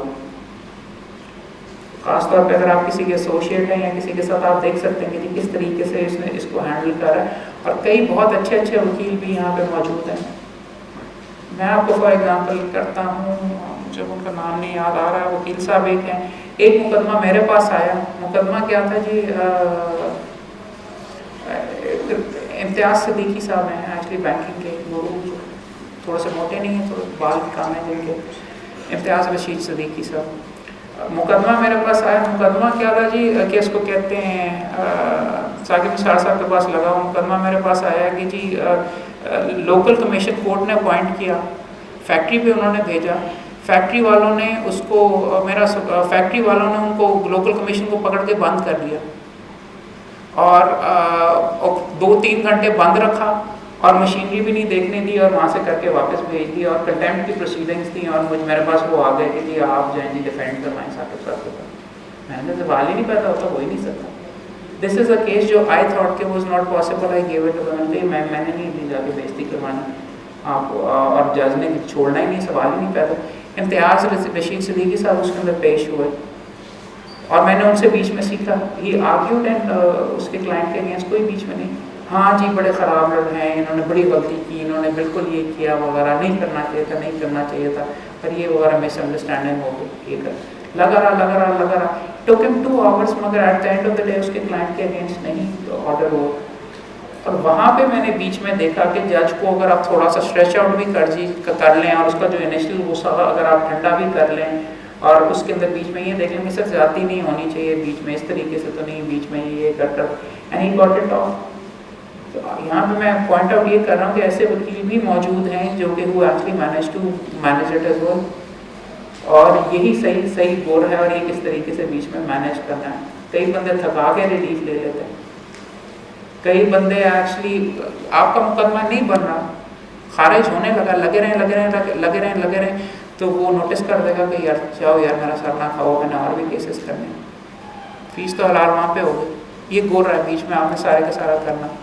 अब जज से आपने लड़ना नहीं है, आपने 15 और तरीके से आप उसको लेके जाएं, मगर this is a way in which you do it as well. Otherwise पहले तरीके के ऊपर ही खारिज होकर मुस्कुराते हुए अगर आप वापस आ गए तो you didn't do your job, आपने अपना काम नहीं किया। आप किस किस्म के वकील अगर आप मुस्कुराते हुए 30 सेकंड के बाद आ गए।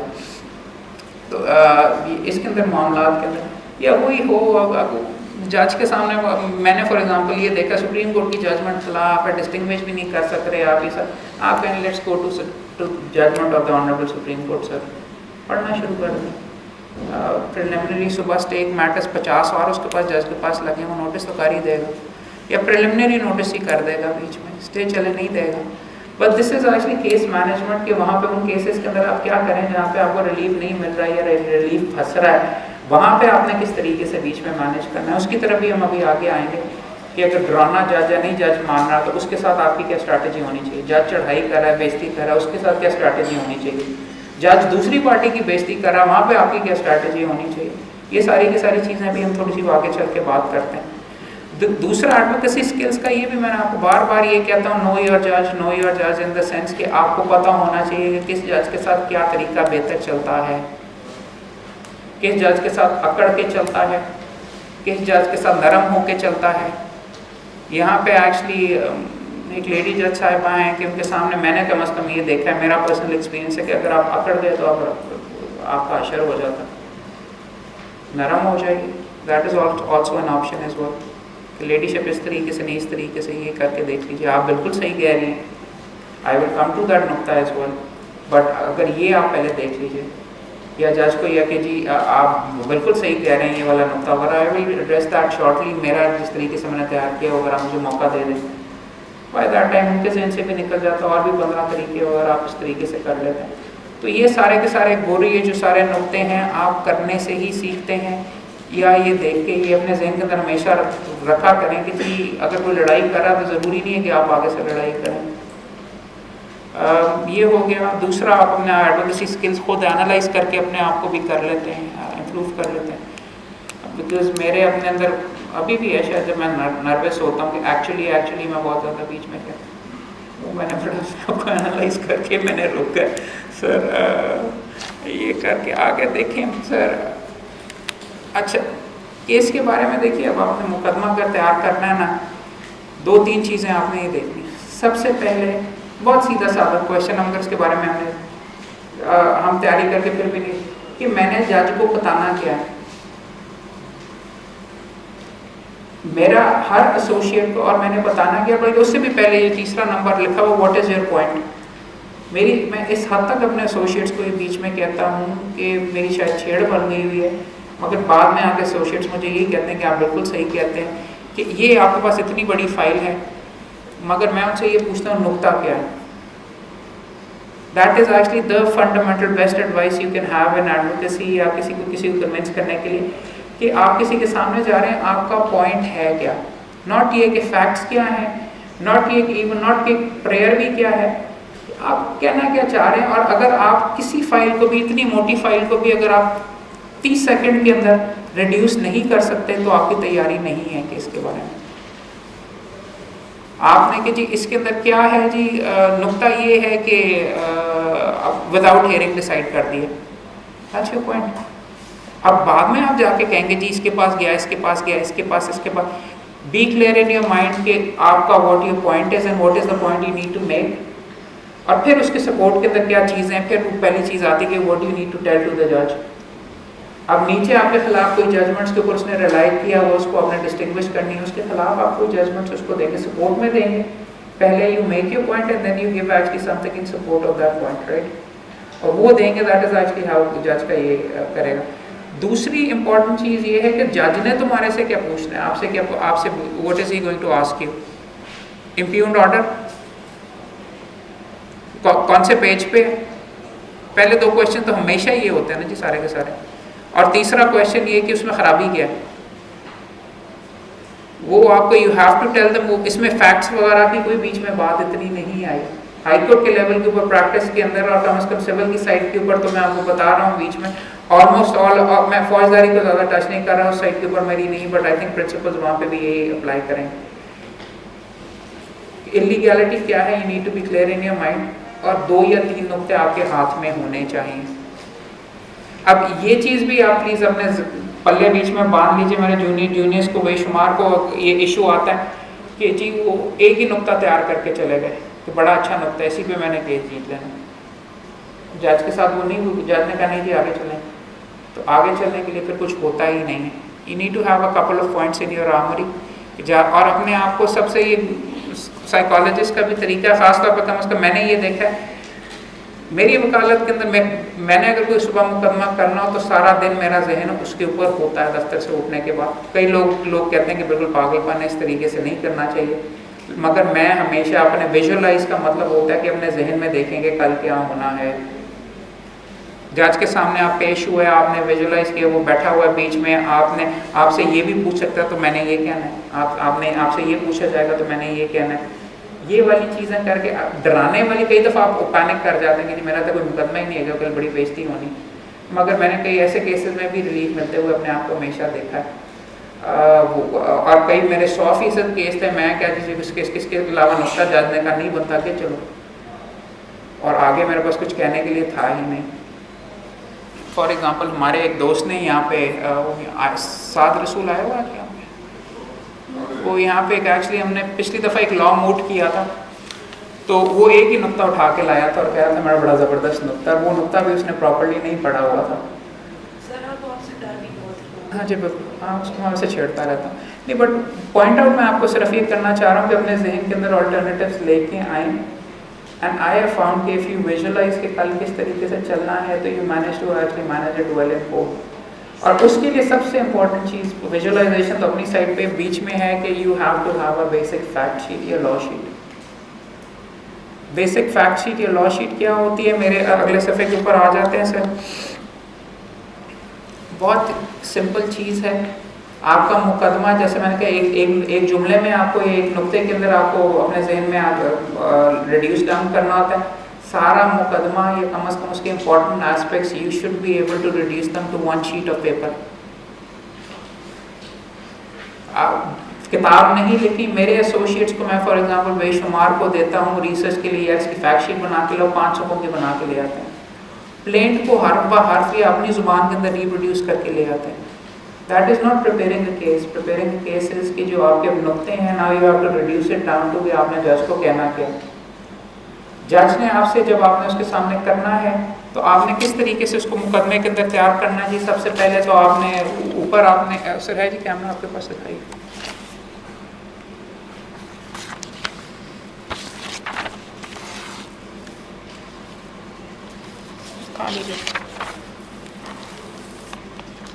बहुत सादी चीज़ है जो आपको मैं दिखा रहा हूँ। ये बिल्कुल ब्रांड न्यू केस है, वकील साहब का फीस मुझे कोई नहीं मिल रही, लेकिन केस को कहते हैं, ये मैंने अभी तक फाइल नहीं देखी, राइट। अब आपने मुकदमा तैयार करना है, आपके सामने प्रैक्टिकल एग्जांपल है, ज़्यादा टाइम नहीं इसके ऊपर लेंगे। सबसे पहली चीज़ क्या लिखेंगे जी, ऊपर रेड पिटिशन नंबर 24018 और 15 आपने ये आगे लिख लिया, ठीक है। अब आपने फाइल आपके पास आ गई, पहला सवाल आपके लिए क्या होना चाहिए, नहीं उससे भी पहले किसकी तरफ से पेश हो रहे हो, पता होगा तो करोगे ना, बिकॉज कई दफ़ा मैंने देखा कि आप ये करके, तो इसमें गुलाम मोहम्मद और इसमें मैं रिस्पोंडेंट की Mohammad versus government of Punjab, और इसमें मुझे पता है कि मैं रिस्पोंडेंट 4 की तरफ से R4, उन सारों के 1 2 3 4 आपने इस तरह करके नाम लिख लिया, राइट। प्रेयर आपने क्या मांगी, अब आपसे सबसे पहली चीज़ क्या पूछी जाएगी कि रेड पिटिशन अगेंस्ट किस चीज़ के ऊपर है, अगेंस्ट AG लिख लिया, ऑर्डर डेटेड फलां फलां, इसके अंदर आपने फॉर एग्जांपल आप इसके प्रेयर क्लॉज के ऊपर जाओगे, 10/7/2015 का यहाँ पे ये चेक कर लेते हैं, आपको बता देते हैं किस तरह कर 10/7/2015 के इम्प्यून्ड ऑर्डर डेटेड सच एंड सच, और किसने पास किया हुआ, इसमें यह गलती है कि इसमें लिखा नहीं हुआ उन्होंने, वैसे रिस्पोंडेंट नंबर ये, तो आपने लिख दिया यहाँ पे अपने इसके ऊपर 10/7/2015 का बाय रिस्पोंडेंट नंबर 1। अब इसके आगे आप क्या चीज़ लिखेंगे,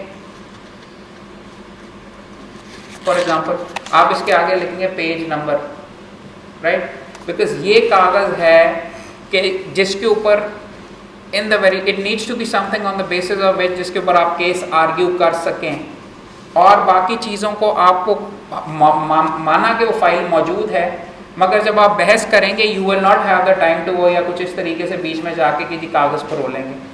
everything needs to be reduced on to this piece of paper. क्या जी, क्या उसको कहते हैं, ये है ऑर्डर 10/7/2015. आप अपने खुद ही टेबल के अंदर जाएं, इम्प्यून्ड ऑर्डर या एनेक्स बी लिखा हुआ है, लेकिन एनेक्स बी के ऊपर मैं नहीं जाऊँगा, मैं पेज नंबर इसके सामने लिख लूँगा, पेज नंबर 10. जज के पास जाएंगे तो चीज़, कल जाएंगे तो उसने पूछना है मेरे से कि हाँ जी किसके खिलाफ आए हैं, उनके जी क्या, पेज 10 के ऊपर जाके, पेज 10 क्या चीज़ है जी, पेज 10 के ऊपर ये इलेक्शन का मामला है, इसके अंदर पेज 10 के ऊपर ये देखें इम्प्यून्ड ऑर्डर के अंदर उसने ये लिखा हुआ है. ये आप लाइन इसके पास ड्रॉ कर लें, जज पूछेगा, आपने ये उसके सामने पढ़ के सुना देते हैं कि सर ये कॉलम 11 के अंदर, अब यहाँ पे लिखा हुआ है कि ऑब्जेक्टर ने ये किया, ऑब्जेक्टर ने ये किया. जज ने अगला सवाल क्या करना है, ऑब्जेक्टर कौन था, आप कौन थे, क्या आपने ऑब्जेक्शन की है? नहीं जी मैं ऑब्जेक्टर नहीं था, मैं एक्चुअली डिफेंड कर रहा था, और ऑब्जेक्टर कोई और था, ऑब्जेक्टर रिस्पोंडेंट नंबर ये था, रिस्पोंडेंट नंबर 2 या 3 था, वो मैं सारे के सारे यहाँ पे लिख रहा हूँ. ऑब्जेक्शन कौन से पेज के ऊपर है, ऑब्जेक्शन क्या थी, जज ने उसके ऊपर क्या फ़ैसला दिया, फ़ैसला सही है कि गलत है, मैं इस फैसले को डिफेंड करने के लिए चूँकि रिस्पोंडेंट की तरफ से जा रहा हूँ. इस तरह करके अच्छा जी इसके अंदर क्या उसको कहते हैं, किस बेसिस के ऊपर कौन सा सेक्शन है रेलेवेंट, ये डिलिमिटेशन का केस है. रेलेवेंट स्टैट्यूट यहाँ पे मैंने लिख देना law section 11 of delimitation act, या जो भी बीच में इस तरीके से. तो this is how you prepare your one sheeter, file के अंदर लगा लीजिए, this you have to do. ये आप नहीं करेंगे, मैंने कोई आप दुनिया का बंदा वकील पकड़ लीजिए, एवरीवन डज इट. कंप्यूटर पे मत करें, अपने हाथ के अंदर करें. This will actually help you, this is actually essential. इसके बगैर you will be lost and you will lose your cases. This is the best teaching I actually ever learn in my profession. Syed Ali Zafar साहब से मैंने बीच में सीखी थी, वो बैठ के सारे इसी तरीके से बीच में करते थे. ज़्यादा डिटेल में गुम होने की ज़रूरत नहीं. लॉ ये, जजमेंट ये हैं बंदा, ये तो खैर बहुत सादा मुकदमा है, इससे ज़्यादा कॉम्प्लिकेटेड हो जाता है. पीएलए कौन से बैंकिंग कर रहे हैं, पीएलए कौन से पेज के ऊपर है, इम्प्यून्ड जजमेंट कौन से पेज के ऊपर है, स्टेटमेंट ऑफ अकाउंट कौन से पेज के ऊपर है, अग्रीमेंट कौन से पेज के अंदर है. जो आपने नुक्ते रेस करने, जज ने जिस चीज़ का भी आपने नुक्ता रेस करना है, जज ने कहना है कि कहाँ पे लिखा हुआ या कहाँ पे आपने ये नुक्ता लिया. तो ये सारी चीज़ें कागज़ के ऊपर आपको रिड्यूस करना ज़रूरी है. This is very very important again. तो ये आप देख लीजिए, बेसिक मैडम ने भी इसका जिक्र करेंगे, basic facts and law sheet you have to entire to 1 page or less. सारे मुकदमे को आपने रिड्यूस करना है. पेज नंबर्स यूज़ करें, एनेक्सेस ना यूज़ करें. जजेस अपनी जजमेंट के अंदर पेज नंबर्स और डेट्स ऑफ ऑर्डर्स यूज़ करते हैं, डेट्स ऑफ डॉक्यूमेंट्स यूज़ करते हैं. उसी तरीके से अपने आप को तैयार करें. इम्प्यून्ड जजमेंट्स को पढ़ के जाइए, केस लॉ पढ़ के जाइए. डीबी के सामने पेश हो रहे हैं तो सिंगल जज की जजमेंट देने का कोई फ़ायदा नहीं है आपको. हाई कोर्ट के आजकल तो वैसे सिंगल हाई कोर्ट के सिंगल जज के सामने भी सिंगल जज की एक्चुअली जजमेंट देने का कोई फ़ायदा नहीं होता, बट कम ही फ़ायदा होता है. But you can actually use that अपने बेसिस के अंदर. कॉन्स्टिट्यूशन का आर्टिकल पढ़ लीजिए.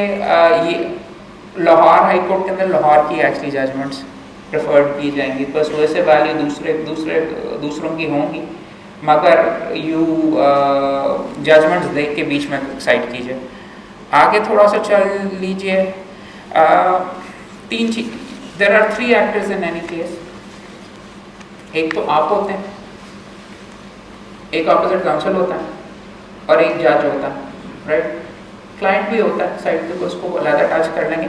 इन तीनों को आपने मैनेज करना है, अपने आप को भी कंट्रोल करके रखना है, ऑपोजिट काउंसिल को भी संभालना है, और जज को भी संभालना है. और जज शायद सबसे ज़्यादा इंपॉर्टेंट एक्टर है, बिकॉज एंड में उसने फैसला तो उसी ने लिखना है. सही है. उसको आपने किस तरीके से उसकी जो चीज़ें कर रहे हैं उसके ऊपर क्या इफेक्ट वगैरह पड़ रहा है वो आपने देख के चलना है. अपने आप को आपने कैसे, how to manage you, be well prepared. तैयारी करेंगे तो होगा, आप कॉन्फिडेंस के साथ कर सकेंगे, वैसे नहीं कर सकेंगे. एक सवाल किया, 2 सवाल किया, आप गुम हो जाएंगे. नहीं तो बी ऑर्गेनाइज्ड. तैयारी इतनी ज़्यादा कर ली है कि कागजात का अंबार पड़ा हुआ है, लेकिन एक इस टुकड़े पे लिखा हुआ है, एक इस टुकड़े पे लिखा हुआ है, एक इस टुकड़े के ऊपर लिखा हुआ है. You will not be able to actually आगे ऑन अ रोस्ट्रम। जब आगे से भी पुछाड़ हो रही होगी और इधर वाला दूसरा पार्टी भी आपको तंग करने के लिए साथ खड़ा होगा। जितना क्लियर अपने जहन में, दूसरा विजुअलाइज का तो मैंने आपको बताया कि अपने जहन में सोचें, बी क्लियर, और इम्पॉर्टेंट चीज़ ये बी देयर इन टाइम। अगर आपका वेट के अंदर आपका मुकदमा पड़ा हुआ है या आपका जज चढ़ जाते हैं, सांस चढ़ा हुआ भागे भागे पहुँचे, you will not be able to perform better. ये बहुत सादा चीज़ें हैं, बट इनके ऊपर आप कॉन्सेंट्रेट करेंगे तो आपकी परफॉर्मेंस बेहतर होगी। ये भी पता होना चाहिए केस का नंबर कहाँ है। गप लगा रहे हैं, अचानक केस की बारी आ गई, या फिर केस पहले ही डिसाइड हो चुका हुआ है, या आपके एब्सेंस के अंदर ही कोई हो गया हुआ। यू नीड टू नो कि आपका केस नंबर क्या है। कोर्ट के अंदर please be aware. Court room कौन सा, आजकल मसले ये आ रहे हैं कि पता ही नहीं, आप सुबह 8 बजे पहुंच तो गए, लेकिन पता नहीं चल रहा कि जज साहब किधर बैठे हुए हैं, कोर्ट रूम चेंज हो गया हो। वो आप अपनी कॉज लिस्ट पढ़ें, कॉज लिस्ट के ऊपर कोर्ट रूम नंबर लिखा होता है, और हाई कोर्ट की वेबसाइट पे भी, और हमने बाहर इश्तेहार लगाया हुआ है कि कौन सा कोर्ट रूम कहाँ पे है। और अजीब ही सिलसिला है कि जी कोर्ट रूम के नाम वगैरह हैं, इन्होंने दिए कोर्ट नंबर रूम नंबर 34 में। अब 34 किधर है किसी को कुछ नहीं पता नक्शे के बगैर। तो बी अवेयर, या मुंशी अगर है, मुंशी को पहले भेज दीजिए, पता करके रखें आपकी सारी किताबें वहाँ पे हैं कि नहीं, सारी फाइलें हैं कि नहीं वहाँ पे। इंपॉर्टेंट चीज़ आखिरी मिनट के ऊपर आपके अगर आसपास ना हो और आपको ढूंढना पड़ा और ये हुआ वगैरह मसला पड़ता है, और कई दफ़ा हुआ है। फाइल की तरह ये सारे के सारे, ये तो सादा चीज़ें। आप ज़रा थोड़ी सी डिटेल की तरफ आइए जी। मैं कोर्ट नहीं, 15 तक फाइल के ऊपर कोई फाइल रख के चला के केस कॉल हो गया तो आपको किधर नहीं आज आपकी जो फाइल है, आप कोर्ट, मेरे साथ कई दफ़ा हुआ है जी, वो बीच में पकड़ के या कोई उठा के साथ ही अपनी फाइलों के साथ ले गया। मैं अपना, मुझे लोग बेशुमार बोलते हैं, लेकिन मुझे आप देखेंगे अगर मैं किसी केस के लिए जा रहा हूँ तो फाइल मेरे हाथ में होगी, ना मेरे जूनियर के हाथ के अंदर होगी, ना मेरे मुंशी के पास होगी। You have to keep an office file में कह रहा हूँ, जिसके ऊपर से आपने आर्ग्यूमेंट करना है। You need to be aware of that, because ये बहुत सिंपल प्रैक्टिकल चीज़ें जिसके ऊपर आप वैसे ही हिल जाते हैं। अब आप जज को भी नहीं कह सकते कि जी मुझे फाइल नहीं मिल रही है, अगर मुझे 5 मिनट दे दीजिए और बेइज्जती होनी, तो आप वहाँ पे बीच में करने की कोशिश करते हैं। और हुआ है, मैंने कई दफ़ा देखा है कोर्ट के अंदर। You need to actually have ये आपकी अथॉरिटीज़ किधर हैं जी? आपके पास बड़ी अच्छी अथॉरिटी, लेकिन पढ़ी नहीं हुई अभी आपके पास, वो जी किधर है, किताब किधर है। सबसे इम्पोर्टेंट चीज़, जिस कानून की बेसिस के ऊपर उसने आपने डिसाइड हुआ है, इम्प्यून्ड ऑर्डर है, उसकी कॉपी तो होनी चाहिए आपके पास। वो किताब अगर आपके पास नहीं है, या आपने पढ़ी नहीं हुई है, या आपके पास हैंडी नहीं है इस वक्त, तो जज ने तो आपके वहाँ पे बखी उधेड़ देने के मलिक से पढ़े पुकारी आप आ गए। ये होता, मगर ये चीज़ें सारी की सारी होनी चाहिए। ये थोड़ी सी शरारत वाली स्लाइड है इसके बारे में कि ये एक तो असल में तो सारे की सारी इस गुफ्तगू का बात है कि जज को किस तरह मैनेज करना है, मगर उससे ज़्यादा ये है कि अगर ऑपोजिट काउंसिल को आपने किस तरीके से तंग करना है। चंद बोल रहे हैं जो कि मैंने बीच में थोड़ा बहुत सीखे। अब मुकदमे के अंदर आप पेश हो रहे हैं, यू आर फॉर, उसने एक्चुअली आर्ग्यू करना है, यू आर फॉर एग्जाम्पल से फॉर द रिस्पॉन्डेंट्स ना। मैं हमेशा कम से कम कोशिश ये करता हूँ कि बनती या नहीं बनती कोई ना कोई प्रिलिमिनरी ऑब्जेक्शन फेंक दें पहले। सर जी जनाब का वक्त ज़ाया नहीं होगा, जनाब का वक्त ज़ाया ना हो तो अगर आपकी इजाज़त हो तो उसके साथ मैं ये कहना चाहूँगा कि आर्टिकल 212 का बार है, मेरिट पे जाने की इस मुकदमे में ज़रूरत ही नहीं, इस मुकदमे में इवन अदरवाइज भी कुछ नहीं है। मगर मेरे दोस्त अगर इस चीज़ का जवाब दे दें, दूसरा बंदा ऑपोजिट काउंसिल हिल जाता थोड़ा बहुत, उसकी जो उसके जहन के अंदर उसने तैयारी की होती है, जो उसने सोच के बीच में आया होता है। This is a thing I have tried it. कई दफ़ा 5% केसेस के अंदर झाड़ भी पड़ी आगे से मलिक साहब उनको पेश करने में। 15% के अंदर एक्चुअली जज के जहन में हो जाता है, सारा वक्त वो सोचता ही जज यही रहता है कि जी वो प्रिलिमिनरी ऑब्जेक्शन है 212 वो दूसरे अपने नुक्ते भी बना रहा हो, रजिस्टर नहीं होता। तीसरी चीज़ इसके अंदर ये होती है कि कई दफ़ा वो जज कहता है हाँ जी बस इसके ऊपर प्रिलिमिनरी ग्राउंड के ऊपर बताएं ना जी, मलिक साहब ने बिल्कुल सही नुक्ता रेज किया। So this is actually something एक जो आप ट्रिक बीच में इस्तेमाल कर सकते हैं।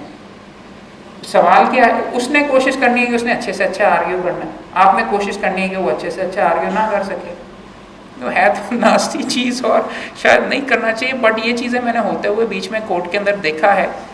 आप इंटरप्ट कर लीजिए, सीनियर काउंसिल है, किसी झाड़ पड़े वगैरह बीच में, कई वो रब्त के अंदर जा रहे होते हैं और बड़ा स्ट्रांग नुक्ता आपके खिलाफ कर रहे हैं, छेड़ दें आप बीच में, उसमें क्या बीच में कहते हैं कि मेरे लर्नेड काउंसिल एक डोगर साहब चढ़ाई कर रहे हैं और वो बड़े रब्त के साथ जा रहे हैं और वो बुज़ुर्ग हैं और वो अपना सबसे स्ट्रांग नुक्ता कह नहीं जी ये तो इनएक्यूरेट है, ये इस तरीके से नहीं, रिकॉर्ड देख लें जी प्लीज़, या वो कि नहीं वो गुस्ताख ये वो और तुम मेरे बीच में तुमने इंटरप्ट किया, वो ये सोच के वो अपना नुक्ता ही भूल जाते हैं, आके यहाँ चले जाओ। नहीं ये आपस में हम सारे हंस रहे हैं, लेकिन ये जो सारे के सारे गुर हैं ट्राई करने के लिए वो होता है और ये बेशुमार चलते हैं। और बाहर तो पूरी की पूरी इसकी फील्ड बनी हुई है, यहाँ पे पता नहीं क्यों नहीं हम इतना ज़्यादा डायरेक्ट नहीं करते उसको। You need to keep the person of balance. वो अगर अपना प्रॉपरली आर्ग्यू कर गया मुकदमा, वो ठीक है, आपकी रेपुटेशन थोड़ी बहुत ख़राब हो जाती है, मगर थोड़ा बहुत 19-20 का आपका बीच में चलता है, तो आप छेड़ते रहें उसको। अब आप फॉर एग्ज़ाम्पल आप पिटिशनर की तरफ से, प्लेंटिफ की तरफ से या एप्लेंट की तरफ से पेश हो रहे हैं, दूसरी डिसीजन आपने ये बहुत इंपॉर्टेंट लेनी है कि जी मैं इसको आपने तो अपना केस आर्ग्यू कर दिया, आपने अपने आर्ग्यूमेंट्स में उसके केस को एड्रेस करना है कि नहीं। ये स्ट्रेटेजिकली बहुत फंडामेंटल क्वेश्चन है कि उसके नुक्तों को रेस करके और बुरे तरीके से रेस करके आपने अपने ही आर्ग्यूमेंट्स में डिसमिस कर लेना कि आपने रिबटल के अंदर ये मामला टेकअप करने कि जी मेरे दोस्त ये भी कहेंगे, उसका तो ये सीधा जवाब है, मैं आपको ये डॉक्यूमेंट में दिखा रहा हूँ, ताकि जब वो उसकी बारी आए तो या तो उसके पास कोई कहने की बात ना हो, या जज साहब उसको ये कहते हैं भाई आप दोहरा रहे हैं अपने आप को, मलिक साहब ने बीच में उसके अंदर वो कर तो दिया हो, या जिस नुक्ते को वो स्ट्रॉन्ग अपने आप को करता है वो उस जज के जहन में आप ऑलरेडी कह चुके हो जी उसके खिलाफ तो ये नुक्ता है, उसके खिलाफ तो ये नुक्ता है, उसके खिलाफ तो ये नुक्ता है। ये चीज़ें चलती हुई मैंने कोर्ट के अंदर कई दफ़ा देखी हैं और ये दीज वर्क इज़ वर्क। अब ये आप डेफिनेटली ना करेंगे, उसके लिए ही आप अपना सारे का सारा उसका केस ही आर्ग्यू कर दें, वो कहेंगे जी आपकी तो ज़रूरत है ही नहीं, मोहम्मद साहब ने आर्ग्यू कर दिया वो आपके बेहाफ पे और बड़ा अच्छा आर्ग्यू किया तो पिटिशन डिसमिस। वो आपको देखना पड़ता है, ये केस बाय केस के ऊपर डिपेंड करता है, but these are things that you need to do because क्या इसका एक एग्जाम्पल था कि कई दफ़ा आप उसके जो अगर नुक्ते हैं ना, स्ट्रांग नुक्ते अगर आप करके कमज़ोर तरीके से पेश कर दें तो उसके पास कुछ कहने के लिए बचता नहीं है। ये भी आप बीच में मामला के अंदर देख सकते हैं। रिबटल के अंदर अगर आपने करना है तो आप उसकी जजमेंट्स को आपको हमेशा डिस्टिंग्विश करना पड़ेगा, एड्रेस करना पड़ेगा, और दूसरा आप उसकी कॉन्ट्रडिक्शन और उसकी इनएक्यूरेसी पॉइंट आउट करेंगे। एक सेकेंड, टाइम क्या हुआ जी, एक सेकेंड, सॉरी टाइम काफ़ी ज़्यादा हो गया, मैं आपको क्विकली गो थ्रू। बट अब ये जो मेन आपका नुक्ता है ना जी, जो इस गुफ्तगू का है, रिलीफ अल्टीमेटली जज ने देनी है। चंद बोर या कम अज़ कम पिछले 15-17 साल में जो मैंने जजेस के बारे में बीच में सीखा है उसके बारे में मैं थोड़ा सा डिस्कस करना चाहूँगा। पहला चीज़ तो ये है कि नो द जज, पहले भी मैंने कहा नो द जज का कि उसकी चाबी क्या है, किस चीज़ से वो चिढ़ता है, किस चीज़ से उसको हैंडल करना है, नुक्ते पे डायरेक्ट आना है, जजमेंट देखनी है, वो इस तरीके की पहले पिटिशन डिसाइड कर चुका हुआ है कि नहीं, इस तरीके के मामला के अंदर उसका क्या पॉइंट ऑफ व्यू है, इस जज के पास मुझे रिलीफ मिलना है कि नहीं, कि मैंने इससे दूर भागना है। अब पहले एक ज़माने में केसेस मैनेज हो जाया करते थे कि किसके पास लगने क्या करने, अब ज़रा मुश्किल हो गया वो जज करना। तो अब उस जज के पास से ये भी नहीं, स्ट्रेटेजिकली आपको डिसाइड करना पड़ता है अगर आपका मुकदमा होना ही खारिज है इससे और इसने उड़ा के रख देना है आपको, और आप फैसल ज़मान के पास कर पेश हो रहे हैं और उसने आपका ये करना है, तो may be you should actually consider कि उससे रिमांड करवा लें case. May be you should try and consider कि अगर उससे कोई मिलता जुलता केस किसी और के पास चल रहा है, you can always say to make backfire भी करता, जज कहता है कि नहीं जी मेरे से ही मैंने ही सुनना है। अगर आप कह सकते हैं कि जी आइडेंटिकल पिटिशन फलां के पास ऑलरेडी पेंडिंग है, वहाँ पे भेजा जा सकता है बीच में अगर आपका ख्याल है। तो नो द जज का बेसिकली ये मतलब है ट्रेंड क्या है, किस तरह चल रहा है। कई कुल्हाड़े जज होते हैं, कई काफ़ी रिलीफ के साथ होते हैं, कई एंटी गवर्नमेंट होते हैं, ज़्यादातर प्रो गवर्नमेंट होते हैं, तो उनको किस तरीके से बीच में हैंडल करना है, कहाँ लेके चलना है, you need to be actually clear about this. दूसरा, बहस के दौरान मैंने ये चीज़ देखी है कि दूसरा नुक्ता ये कि आंसर द जजेस क्वेश्चंस। जज ने अगर कोई सवाल किया है, अगर आप उसका जवाब दे सकते हैं तो फौरन दीजिए। अगर आप उसको डिस्टिंग्विश कर सकते हैं, उसके बारे में आपने सोचा हुआ तो ज़रूर दीजिए, और फिर then go back to arguing your thing. अगर आप उसका जवाब नहीं दोगे, सवाल उसके जहन के अंदर ये होगा और उसने बेसिकली यही अमूमन यही होता है कि वो आपके खिलाफ यूज़ करता है, या वो आपको कहता है कि जी आपकी पिटीशन, अगर जज ने शुरू ही आपके एक सवाल से किया है तो उसको भी आपको कि जी आपका मलिक साहब आपकी तो आर्टिकल 212 के तहत पिटीशन नहीं बनती, बार्ड है या ये लिमिटेशन है या ये है, या तो उसको फिर आपको दो तीन तरीके से, या तो आप डायरेक्टली आंसर दे दें या आप उनको कहेंगे जज साहब वो आप बीच में देखें limitation is a mixed question of law and fact, वो जनाब जब प्लीडिंग की तरफ आएंगे या एविडेंस की तरफ आएंगे तो मैं आपको दिखा सकूंगा कि जी लिमिटेशन ये नहीं, लिमिटेशन कॉज ऑफ एक्शन इस तारीख के ऊपर है, और वहाँ पर आके मैं अपने केस को ये आगे बढ़ना चाहूँ, ये होता है। सबसे इम्पोर्टेंट चीज़ नोट ये करने की होती है कि आप जज नहीं है, जज वो है, फैसला उसने लिखना है, आपने नहीं लिखना। आपके ख्याल में आपका बड़ा अच्छा केस है लेकिन अगर आपने उसको चढ़ा दिया, लड़ा लिया या ये कर दिया वगैरह, सो फैसला तो उसकी तरफ से ही बीच में आना है। अगर वो अग्रेसिव है आपके लिए लाजमी नहीं, sometimes you have to be firm अगर ज़्यादती हो रही है, पर 99% ऑफ द केसेस के अंदर आई थिंक आइडिया इज कि आप थोड़े से अगर नरम हो जाएं तो आप उसको थोड़ा बहुत बीच में हैंडल कर लेते हैं। बी फर्म नॉट रूड, और उसको कई जजेस ऐसे होते हैं वो आपको इधर ले जाते हैं, फिर इधर ले जाते हैं, इधर ले जाते हैं, उनको कहें मेहरबानी करके से जनाब मुझे अगर मेरा केस आगे करने दें। बल्कि इससे पहले कि मैं ये भी भूल, कई दफ़ा ये भी होता है अपोजिट काउंसिल्स ये करते हैं, आपको मैंने ये पहले बताया था, नुक्ता पहले मुझे रेस करना चाहिए था कि कई दफ़ा आप दूसरी पार्टी का केस आगे कर दें। कई केसेस के अंदर ये होता है, मैंने फॉर एग्जांपल मेरे साथ भी कभी हुआ, सीनियर काउंसिल खड़ा हुआ तो वो जज कहता है सर जी वो ज़रा बताइए ना जी क्या केस है, डॉक्टर साहब बताइए क्या केस है, पिटिशनर मैं, पिटिशन मेरी, और डॉक्टर साहब एक्चुअली कहते हैं तो कोई केस ही नहीं है, ये तो देखें इसके अंदर कोई पिटिशन, ये सारी की सारी। वहाँ पे इट इज़ इम्पॉर्टेंट कि you assert yourself. Sometimes you have to actually say to the जज कि जनाब पिटिशन मेरी है, मेहरबानी करके मुझे अगर पहले हक दे दिया जाए इसको ऊपर आगे करने के लिए, और थोड़ा सा सख्त तरीके से ही मैंने करते हुए देखा, बिकॉज कई जगह के ऊपर मैंने मामलात के अंदर ये देखा कि केस हाथ से निकल जाता अगर सीनियर काउंसिल को देख के उन्होंने कहा कि जी हाँ जी बताएं इसमें क्या ये लॉ। डॉक्टर साहब हमेशा अदर साइड को कहते हैं कि मैं रीजनेबल ही नहीं है, तो पहले मुझे सुन लें, और उनको जजेस चूँकि उनसे डरती, मेरी भी उनसे बनती बहुत है, मैं उनसे पूछती हूँ वो सही बताते हैं, लेकिन वो इतना जजेस को डरा देते कि अदर साइड वाले वकील को जो बेचारा अगर कोई जूनियर है तो वो किसी खाते में ही नहीं होता। तो सीनियर्स को ये नहीं बिहेव करना चाहिए, जूनियर लॉयर भी कोई फाइल लेकर आया और फीस लेकर आया तो उसको भी पूरा राइट है बोलने। नहीं देखिए मैडम,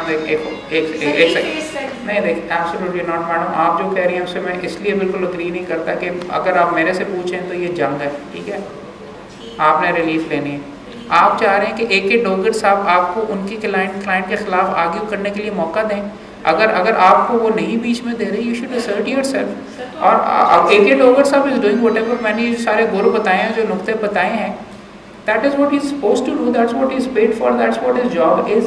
और अगर यंगस्टर हैं, आप ये हैं अपने आप को यंगस्टर ही अगर कोई समझता रहे ये करके और देन नो, जब आप वहाँ पे देखें खड़े हुए ना, please be very very confident, you deserve to be there. आपने तैयारी, मैं इसलिए कह रहा हूँ तैयारी करके जाओगे तो you deserve to be there, and your high court का वकील एज वेल, कोई सीनियर एडवोकेट हाई कोर्ट का कोई ऑफिशियल पोस्ट नहीं है। मैंने बड़े बड़े आज के सीनियर्स बीच में देखे हैं इस तरीके से। और जैसे मैं आप कह रहा हूँ कि एक डॉक्टर साहब को भी अगर आप फॉर एग्जांपल एनालाइज करें, उनके भी चाबियाँ और उनके बटन्स हैं, उनको आप बहुत आसानी से साइड ट्रैक कर सकते हैं, और मल्टीपल पिटिशंस उनकी और जितनी उनके फेवर में होती हैं उनको सुन लेते हैं सारे के सारे, लेकिन ज़्यादा केसेस उनके फेवर में नहीं डिसाइड होते हैं। ये भी आप मेहरबानी करके बीच में देख लीजिए कि अगर आप ये जो सारी चीज़ें हैं आपने मैनेज कैसे करना, फिर मैं आपको यही कह रहा हूँ कि you have to manage it. Do be firm not rude, और जज को आपको साइड ट्रैक ना करने दें कि आपको इधर ले जाए उधर ले जाए। आप कहें कि जी मुझे मेरा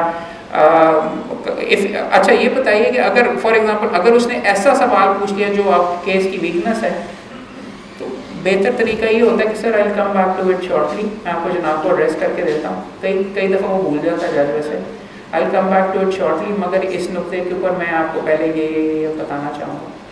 this is a possibility and this is something that you can try, और कई दफ़ा एक्चुअली ये मामला चल भी जाता है। अच्छा, अब दूसरा ये देख, if he is trying to go after the other counsel, दूसरे वकील के पीछे पड़ गया, उड़ा रहा है, बुरा असर कर रहा है, बहुत दोस्त गलती करते हैं, चुप रहें।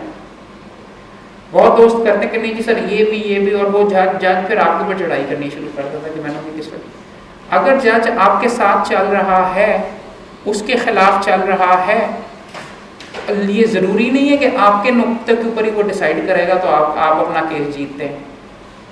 आप कहें जज अगर वो एक एंगल के ऊपर चल रहा है और आपके ख्याल में उसका नुक्ता जो है वो उससे कन्विंस्ड है, आप कहेंगे जनाब ने बिल्कुल ठीक कहा। यही इसके अंदर फंडामेंटल क्वेश्चन, आप बिल्कुल सही नुक्ते के ऊपर गए sir ji, you have come to the heart of the matter.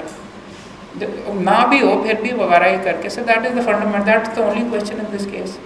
और ये देखिए इस जनाब करके this is actually how you handle it. उसको भी आप बीच में करके अगर आपके खिलाफ इम्पॉर्टेंट चीज़ ये कि अगर आपका जज मुकम्मल तौर पे आपके खिलाफ है, एक स्ट्रैटेजी है कि आप अपने वहाँ पे आप बहस कर रहे हैं, लड़ रहे हैं, ये कर रहे हैं। दूसरी स्ट्रैटेजी है कि भागने की कोशिश करें।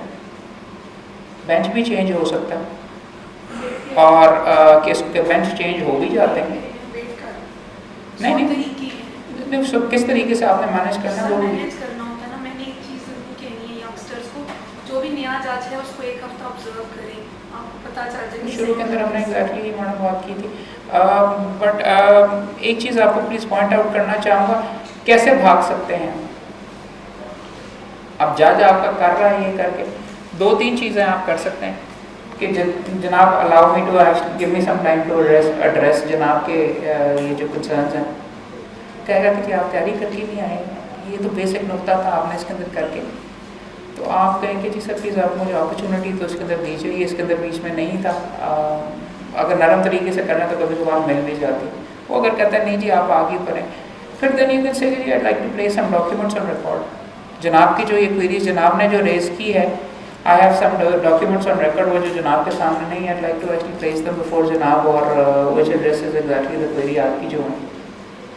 कोई ना कोई चीज़ बीच में आपको अपनी जेब के अंदर रखनी होती है, बीच में भागने के लिए भी। मुकदमा खारिज करवा के आपको कुछ नहीं मिलता। और कई दफ़ा मेरे साथ हुआ कि 100% मुकदमा है, जज कर रहा है, ऑर्डर नहीं हुआ, अगली दफ़ा ऐसे जज के पास लग गया जिसने एक्चुअली कहता है आपका मुकदमा ही 0 है, आपका तो कुछ है ही नहीं, या आपका 0 मुकदमा था किसी और के पास लग गया, वो कहता है नहीं जी ये तो उससे अच्छा कोई मुकदमा ही नहीं। So that is always an option for you as well to भागने की भी अगर आप कोशिश कर सकते हैं तो वो हो सकता है। हाई कोर्ट के लेवल के ऊपर चल जाता है काम का, इतना ज़्यादा बीच में लोड होता है, डीपी के बाद ही रखवा लें, डीपी के बाद थका हुआ आता है, अमूमन एडजर्न हो जाता है। सही। तो ये गुर हैं जो कि मैंने बीच में देखे। बी रेडी एंड अच्छा सबसे इम्पोर्टेंट चीज़ दूसरा ये देख लीजिए कि प्रेयर तो आप पढ़ के आ गए, मगर अपने जहन के अंदर ये भी रखें कि any other relief which might be fit and appropriate in the circumstances of the case, वो आपके लिए क्या होनी चाहिए। कई केसेस ऐसे होते हैं जो हाई कोर्ट के लेवल पे नहीं हो सकते, आप अपने क्लाइंट के नीचे से मैनेज हो सकते हैं। अगर मामला हाई कोर्ट की डायरेक्शन के साथ रिमांड हो जाए, कई केसेस के अंदर आपने ये अपनी ऑल्टरनेट रेमेडी नीचे रखनी होती है, जज आपके साथ नहीं जा रहा तो फिर आप जज को खींच के ले आइए। मैंने तो हमेशा अपनी पिटीशन में डाली होती है एक रिप्रेजेंटेशन जो कि नीचे मूव की होती है।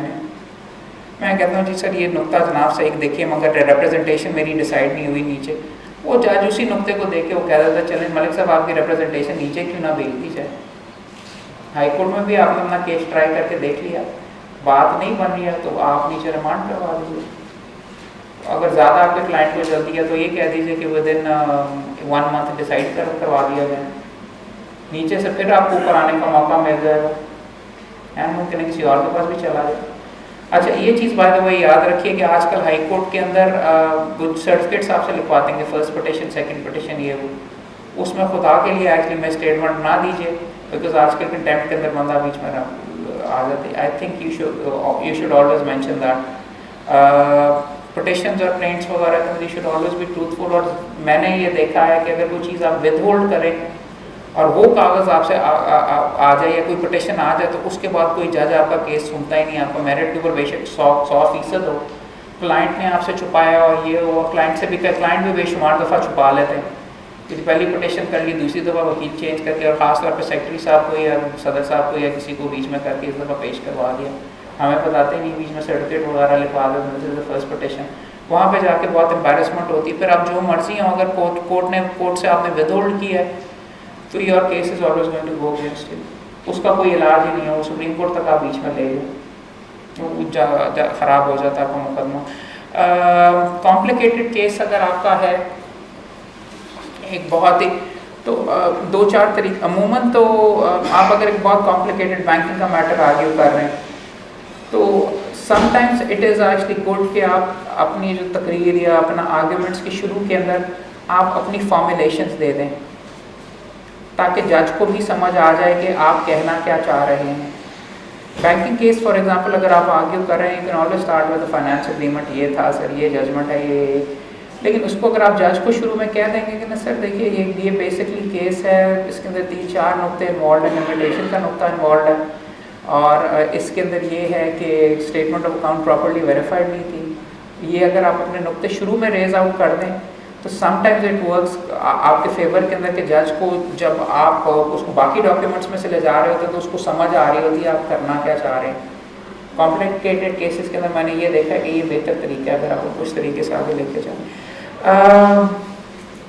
एक चीज़ बहुत इम्पॉर्टेंट है, आपका क्लाइंट भी आपको कहता है कि नीचे वाला जज मिल गया, नीचे वाले जज की मेलाफाइडी थी और ये भी था और वो भी था।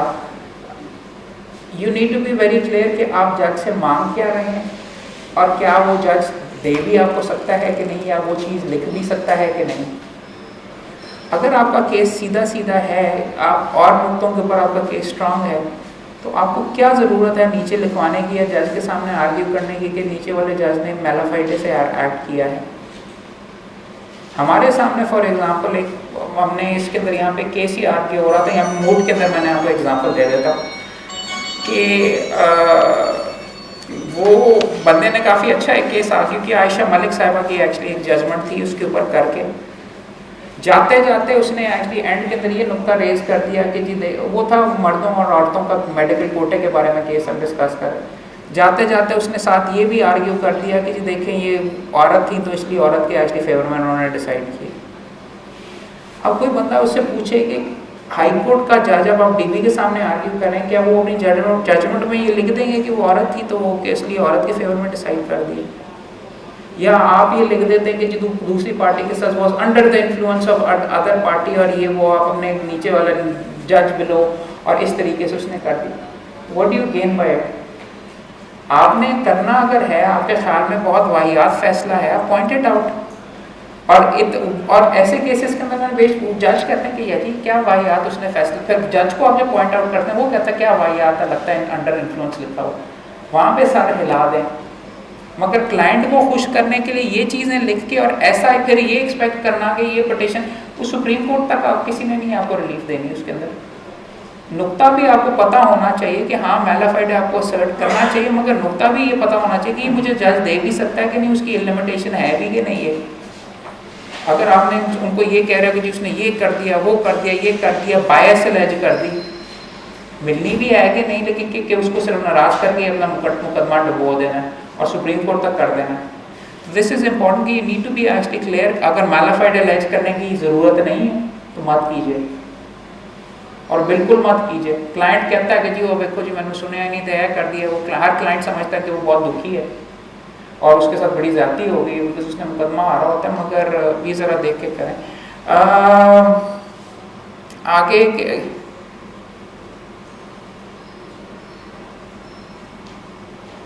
if you can take on the judge, there are better ways to do it than to attempt. जज के साथ मैंने कभी लड़ाई करने के बाद कभी किसी को रिलीफ मिलते हुए नहीं देखा। जज को अगर आपने ओपन कोर्ट के अंदर ह्यूमिलिएट कर दिया या अगर आपने उसको पकड़ के खराब किया या ये कहा कि जी नहीं जी जनाब, तो जज ने आपको कोई he is not bound to give you relief. Pen उसके पास है, साइन हैंड में उसने करने हैं, ऑर्डर उसने डिक्टेट करवाना है। तो ये चीज़ प्लीज़ जहन के अंदर रखने की ज़रूरत है कि अगर जज कोई गलत चीज़ भी कह रहा है, उस्तादों ने यही सिखाया कि वहाँ पे ये कहना चाहिए कि सर जनाब बिल्कुल सही कह रहे हैं, मगर अगर इस मामले को इस तरीके से अगर देख लिया जाए तो शायद इसको कहते हैं बेहतर होगा। ये ओपन कोर्ट के अंदर कभी किसी जज को ख़राब करके मुझे कोई रिलीफ मिलते हुए नहीं मिला। आगे सर प्लीज़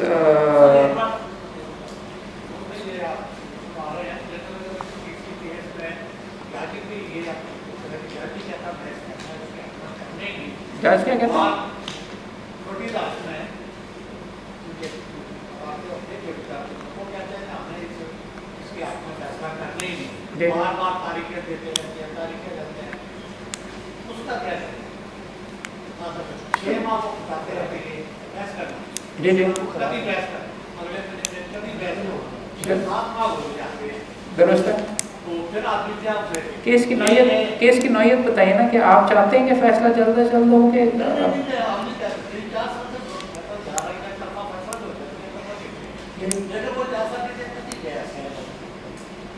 जुलाई से लेकर सितंबर तक जाती है, कभी बेहतर बैठे तक 2 हफ्ते की तारीख पड़ती है।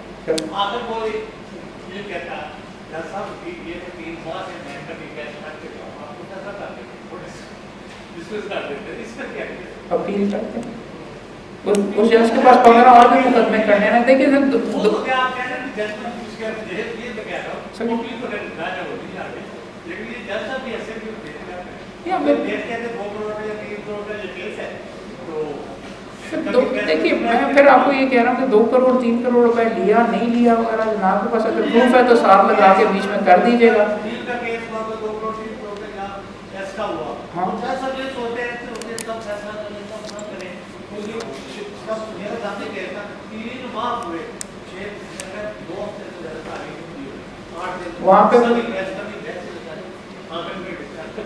नहीं उसके अंदर आप बिल्कुल सर देखिए एक्सट्रीम केसेस वगैरह के अंदर उसके अंदर कोई सोल्यूशन नहीं है। आप हम बीच में वहाँ पे सर्विस देने के लिए वहाँ पे या तो आप मुकदमे को लंबा करते हैं या फिर आप एक्चुअली अगर वो बीच में नहीं कर सकता किसी और को ट्रांसफ़र करवाते हैं या फिर आप किसके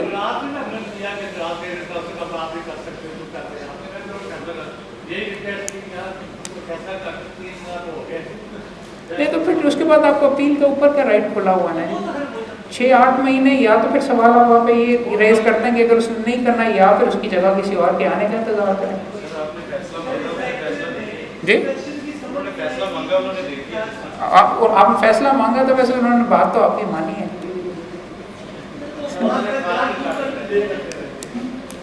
अच्छा सर एक चीज़ एक बार मैंने ये देखा अगर आप फॉर एग्जांपल सुबह जा रहे हैं अर्जेंट केसेस के अंदर कई जजेस के ऊपर ये थोड़ी सी चालाकी है, वो अपनी अर्जेंट की पेशी उनके घर जाती है वापस आती है तो उन्होंने उसके ऊपर नोट्स लिखे होते हैं, तो अगर आप बीच में कोई पर्ची उसके उन्होंने ऊपर से टैग की होती है लगा के वो अगर आप बीच में देख लें तो आपको अमूमन पता चल जाता है कि जी आगे मेरे साथ क्या होना है इस तरीके से करके तो आपकी थोड़ी बहुत तैयारी इस तरीके से कई जजेस मैंने इस तरीके से देखे हैं कि आप you go head and observe मुकदमा अगर पहले ऑलरेडी चल रहा है उसकी ऑर्डर शीट एग्जामिन कर लें और लोगों के मुकदमों में क्या हो रहा है कोर्ट के अंदर अगर आप बैठे हुए हैं वो भी एग्जामिन कर लें आपको थोड़ा बहुत पता चल जाता है। इलेक्शन के डीलिमिटेशन के केसेस में मैं पहुंचा हुआ हूँ, मेरा 18वें नंबर पे लगा हुआ है तो 16 के अंदर अगर मेरा वाला नुक्ता अगर कहीं रेज हुआ है और उस पर डिसाइड किया तो यू कैन ऑलवेज से कि सर मेरा आइडेंटिकल नुक्ता है ये मेहरबानी करके उसके मुताबिक ही चल रहा है और जनाब ने उसके अंदर ये किया आपके ख़िलाफ़ अगर वो डिसाइड करा तो कहें जी मेरा तो उससे ताल्लुक ही नहीं उस केस से, मेरा केस बहुत फ़र्क है उस वाले से और वो आप गौर से देखिए और ये वो अगर पर आपको बताने का नुक्ता सिर्फ ये है कि आई मीन हम हंस रहे हैं मगर शायद इसलिए हंस रहे हैं क्योंकि यही चीज़ें हमें करनी होती हैं रोज़ करके और हम आपस में डिस्कस भी यही कर रहे हैं इस तरह। लास्ट चीज़ एक्चुअली क्लाइंट को कैसे मैनेज करना है उसको अगर आप स्ट्रैटेजी बता दें तो बेहतर होता है आपके लिए अमूमन कि ये हो सकता है कोशिश करें कि क्लाइंट के मुताबिक आर्ग्यू ना करें अपनी एक्सपर्टीज़ के मुताबिक आर्ग्यू करें। क्लाइंट वैसे अमूमन मैंने देखा किसी चीज़ पे भी खुश नहीं रहता, गारंटी ना करें या कोई ज़्यादा लाल बाग ना दिखाएं साज बाग ना दिखाएं। मुश्किल है एक्चुअली बीच में बहुत कम्पिटिटिव प्रोफेशन है लेकिन बाद में आके वो तंग ही करता और वो फिर फीस ही वापस मांगता है कि सीधे है कैसे तो सीधे हो कैसे। इसलिए आई हैव ऑलवेज फाउंड के कोड ऑफ कॉन्डक्ट एक्चुअली जो हमारा यहाँ पे बीच में लिखा हुआ है कि क्लाइंट से कैसे डील करना है वो कोई आपके ऊपर लिमिटेशन नहीं हो, आपके प्रोटेक्शन के लिए लिखा गया। बुजुर्गों ने इसीलिए लिखा हुआ कि जिस तरीके से आप बीच में मैरिट्स वगैरह के बारे में बीच में उसको उनको ना कोई गारंटी वगैरह या श्योर करें बिकॉज जब करते हैं तो आप ख़राब at the end of the day मैंने कम से कम यही देखा रोज़ हमारे पास मुकदमे इसी नौयत के आते हैं खासतौर पर बतौर सेक्रेटरी जब से बैठे तो वो डिसिप्लिनरी मामला आते हैं आपको इस तरीके से ना करें तो अमूमन ख़राब ही होते हैं। अगर आप जीतते तो एनालाइज करें क्यों जीते और उसको थोड़ा बहुत पब्लिसाइज करने की भी कोशिश करें। क्लाइंट्स को अगर पता ना चला कि डीलिमिटेशन का मुकदमा मोहम्मद करीम जीता है बड़ा अच्छा और प्रेस के अंदर उसकी खबर ना लगी, आप इश्तिहार नहीं दे सकते लेकिन आप अपने आप को पब्लिसाइज कर सकते हैं। वो अगर लोगों को पता ना चला तो नया क्लाइंट कहाँ से आएगा। This is how you do. अगर आप फॉर एग्जांपल 2-4 तरीके हैं जिसके तरीके से आप अपनी वकालत और अपनी एडवोकेसी को बेहतर करते हैं। आर्टिकल्स लिखें, कोई टैक्स बजट वगैरह अगर आया अखबार के अंदर आप आर्टिकल लिखें, लोग पढ़ेंगे कहेंगे हैं इसने तो सेल्स टैक्स के खिलाफ लिखा हुआ है और ये कहता है इस नुक्ते पे नहीं बनता, क्लाइंट उधर से ही आ जाएगा आपके पास। साथ आप लेक्चर दीजिए, लिंक्डइन वगैरह वो चीज़ें हैं उनके बारे में हमने एक अलग वैसे लेक्चर दिया। अगर हार जाएं तो आपके लिए बहुत ज़रूरी है कि एनालाइज करें क्यों हारे। There is no bad case, आपको इंगेज किया गया तो आप उसको बेहतर कर सकते थे हर मुकदमे के अंदर और उसी से बंदा सबसे ज़्यादा सीखता। तो मैं काफ़ी देर बोलता हूँ but I hope I was talking sense. दोस्तों के अगर कोई क्वेश्चंस वगैरह हैं तो प्लीज़ कर लीजिए बिकॉज ये सारी चीज़ें जो मेरा अपना एक्सपीरियंस था। आपका अगर कोई एक्सपीरियंस है, आप मेरे से एग्री करते हैं, डिसएग्री करते हैं, क्या है किस तरीके से ज़रूर पूछिए, मैं मौजूद हूँ आपके सामने। सर डिसएग्री नहीं करती लेकिन जज इंसान होता है, उसके सीन नहीं होते ना दो मोती, उससे डरने की ज़रूरत नहीं, उसने उतर के कुछ नहीं कहना। तो कोई भी ना डरे, ये यंगस्टर्स के लिए, ये सीनियर्स के लिए नहीं है बात। आप हमेशा कॉन्फिडेंट रहें, पढ़ के जाएं। आपने उसको तैयार किया है, केस ड्राफ्ट खुद किया है, उसका ब्रीफ खुद बनाया है, आपके फिंगर टिप्स पे सब कुछ है, तो जज बेचारा क्या कर लेगा, उसने भी तो वही लिखा वही पढ़ना है। खारिज कर देगा 2 मिनट में और उसके बाद फिर आपको क्लाइंट आपको उसको कहेगा कि मैं देखो मेरी मैं आपको कह रहा हूँ सबसे पहला मुकदमा मैं हारा, मेरी जान जाती थी बीच में कि जी हाँ जाके। और सबसे ज़्यादा नसीम सिकंदर साहब की अब कहानी सुना रहा था कि 8:30 बजे तक वो केसेस अपने ख़त्म कर लेते थे, आपको 30 सेकंड सुनते थे। मेरी तो इस चीज़ से सबसे ज़्यादा जान जाती थी कि ना सिर्फ वो आपका मुकदमा खारिज करता था कि बल्कि क्लाइंट ने फिर जाके अब्बा जी ने भी कहना कि बोल भी नहीं सके 30 सेकंड में चीज होके उन्हें ये भी इस पे भी मैं डिसएग्री आपसे करती हूँ। मैं इर्द-गिर्द दुनिया में बहुत बोलती हूँ, कोर्ट रूम में मैं सबसे कम बोलने वाला इंसान हूँ। आप ब्रीफ बोले, जज पढ़ के आया होते हैं, आप नुक्ते पे रहिए। आप जो रिलीफ लेने गए ना, हम भीख मांगने गए हैं। मैडम आपने लोगों को उठवाना शुरू कर दिए प्लीज। और किसी का बोलो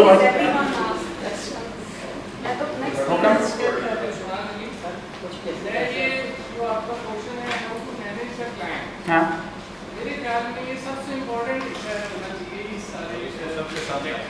यार आप सही कह रहे हो, उसके ऊपर हम एक ऑलरेडी लेक्चर दे चुके हुए हैं हाउ टू एक्चुअली। अगर आप बीच में देखो हमारी ओपन डिस्कशन हमारे फेसबुक के पेज पर अगर जाओ तो how to actually earn, bracket में हमने लिखा होता ऑनेस्टली इन दिस प्रोफेशन, और क्लाइंट्स के साथ कैसे डील करना है उसके ऊपर ब्रीफली मैं आपको बीच में बता देता हूँ। क्लाइंट को अगर आप अपडेटेड रखोगे ना, मैंने अपने चेम्बर के अंदर कम से कम रखा हुआ है कि सॉरी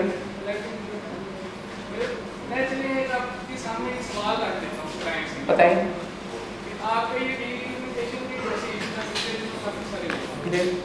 और मुझे ये भी एक ऐसे ही इशू आया, मैंने उनसे एक हैंडसम अमाउंट का डिमांड जो कि मेरे ख्याल में प्रॉपर बनती थी, और मुझे जैसे आगे दिखा रही मुझे फलाना बंदी को 5 लाख नहीं काम है सही, और मेरे पास एक ही क्लाइंट मैं नहीं चाहता कि मैं इसको जवाब, और मैं ये भी नहीं चाहता कि ये काम 5,000 वाला भी नहीं है, 5,000 मैं इसको कैसे आपको बस 2 सीधी ऑप्शन ज़बरदस्ती, तो आप उससे पैसे नहीं ले सकते। 5,000 में आप करेंगे या फिर आप नहीं करेंगे, उसके अंदर कोई इतनी ज़्यादा गहरी बात तो नहीं बिकॉज ये उसको देखो expect you can always listen, you can always explain to him right. I would not say कि आप उससे कोई वादे वगैरह करो, यू कैन से कि भाई उसकी क्वालिफिकेशन ये है, वो ये कर लेगा वगैरह, और मैं किसको कहते हैं ये है, मैंने आपका केस तैयार, मेरे साथ बेशुमार दफ़ा ऐसे होता है। मैं आपको खुद अपना एग्जांपल दे देता हूँ, फीस मांगता हूँ, क्लाइंट भाग जाता है, पिटीशन तक ड्राफ्ट करवा के एक्चुअली क्लाइंट भाग जाता है, किसी और से करवा लेता है।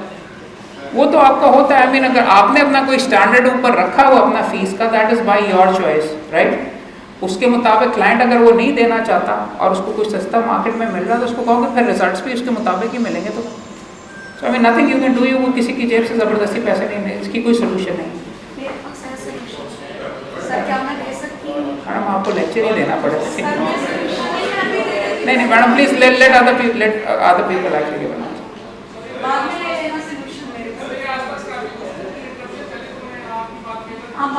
नहीं आप बिल्कुल ठीक है। देखो क्लाइंट्स का बीच में है, आप बिल्कुल सही कह रहे हो इस तरीके से कि फ़ीस देने के लिए कोई क्लाइंट खुशी खुशी का फ़ीस नहीं देता। दे वांट कि जी 100% हमें बीच में रिलीफ मिले और दे ऑल्सो वांट कि हमारा कोई बीच में खर्चा वगैरह भी ना हो। और करोड़ों के मुकदमों के अंदर एक्चुअली वो आपको हज़ारों के अंदर देने के लिए भी उनको काफ़ी तकलीफ होती है जी। इसमें तो छोटा सा इशू वो है, दैट इज़ अ प्रॉब्लम। आपको अपना इस मुकदमे को फॉर एग्जांपल आपका अगर डीलिमिटेशन का है I would have done it for free और if I had won the case I would have publicized it would have gotten me 15 और केसेस। आप sometimes you have to invest like that ना, because ये मैं आपको फिर ये कह रहा हूँ कि देर आर मुख्तलिफ फील्ड्स जहाँ पे केसेस एक टाइम के अंदर डेवलप हो रहे हैं सारे के सारे। आजकल इलेक्शन का मामला है, मुफ्त में भी करना पड़े ना या कर दो, बिकॉज अगर किसी कागजात रिजेक्ट हुए हैं और तुम एक बंदे का भी तुम्हारी शॉट लग गई यहाँ पे हाई कोर्ट के अंदर या तुम लोगों के साथ नज़र आ गए वहाँ पे बीच में करने के लिए, तो ठीक है, sometimes you have to invest. सियासतदानों को मैंने अपने को 15 सालों के अंदर बेशुमार केसेस किए, कभी किसी ने कोई फीस नहीं दी। 2.5 साल में लड़ता रहा हूँ ख्वाजा हसन साहब के लिए, I didn't charge him anything, मगर वो बंदा अब एक्चुअली LDA का भी हेड है, आपके लिए यहाँ से उसका जो करना होता है वो मिल भी अच्छे तरीके से ले लेता, आप 15 और भी करते। Your career is an investment and you have to look eight.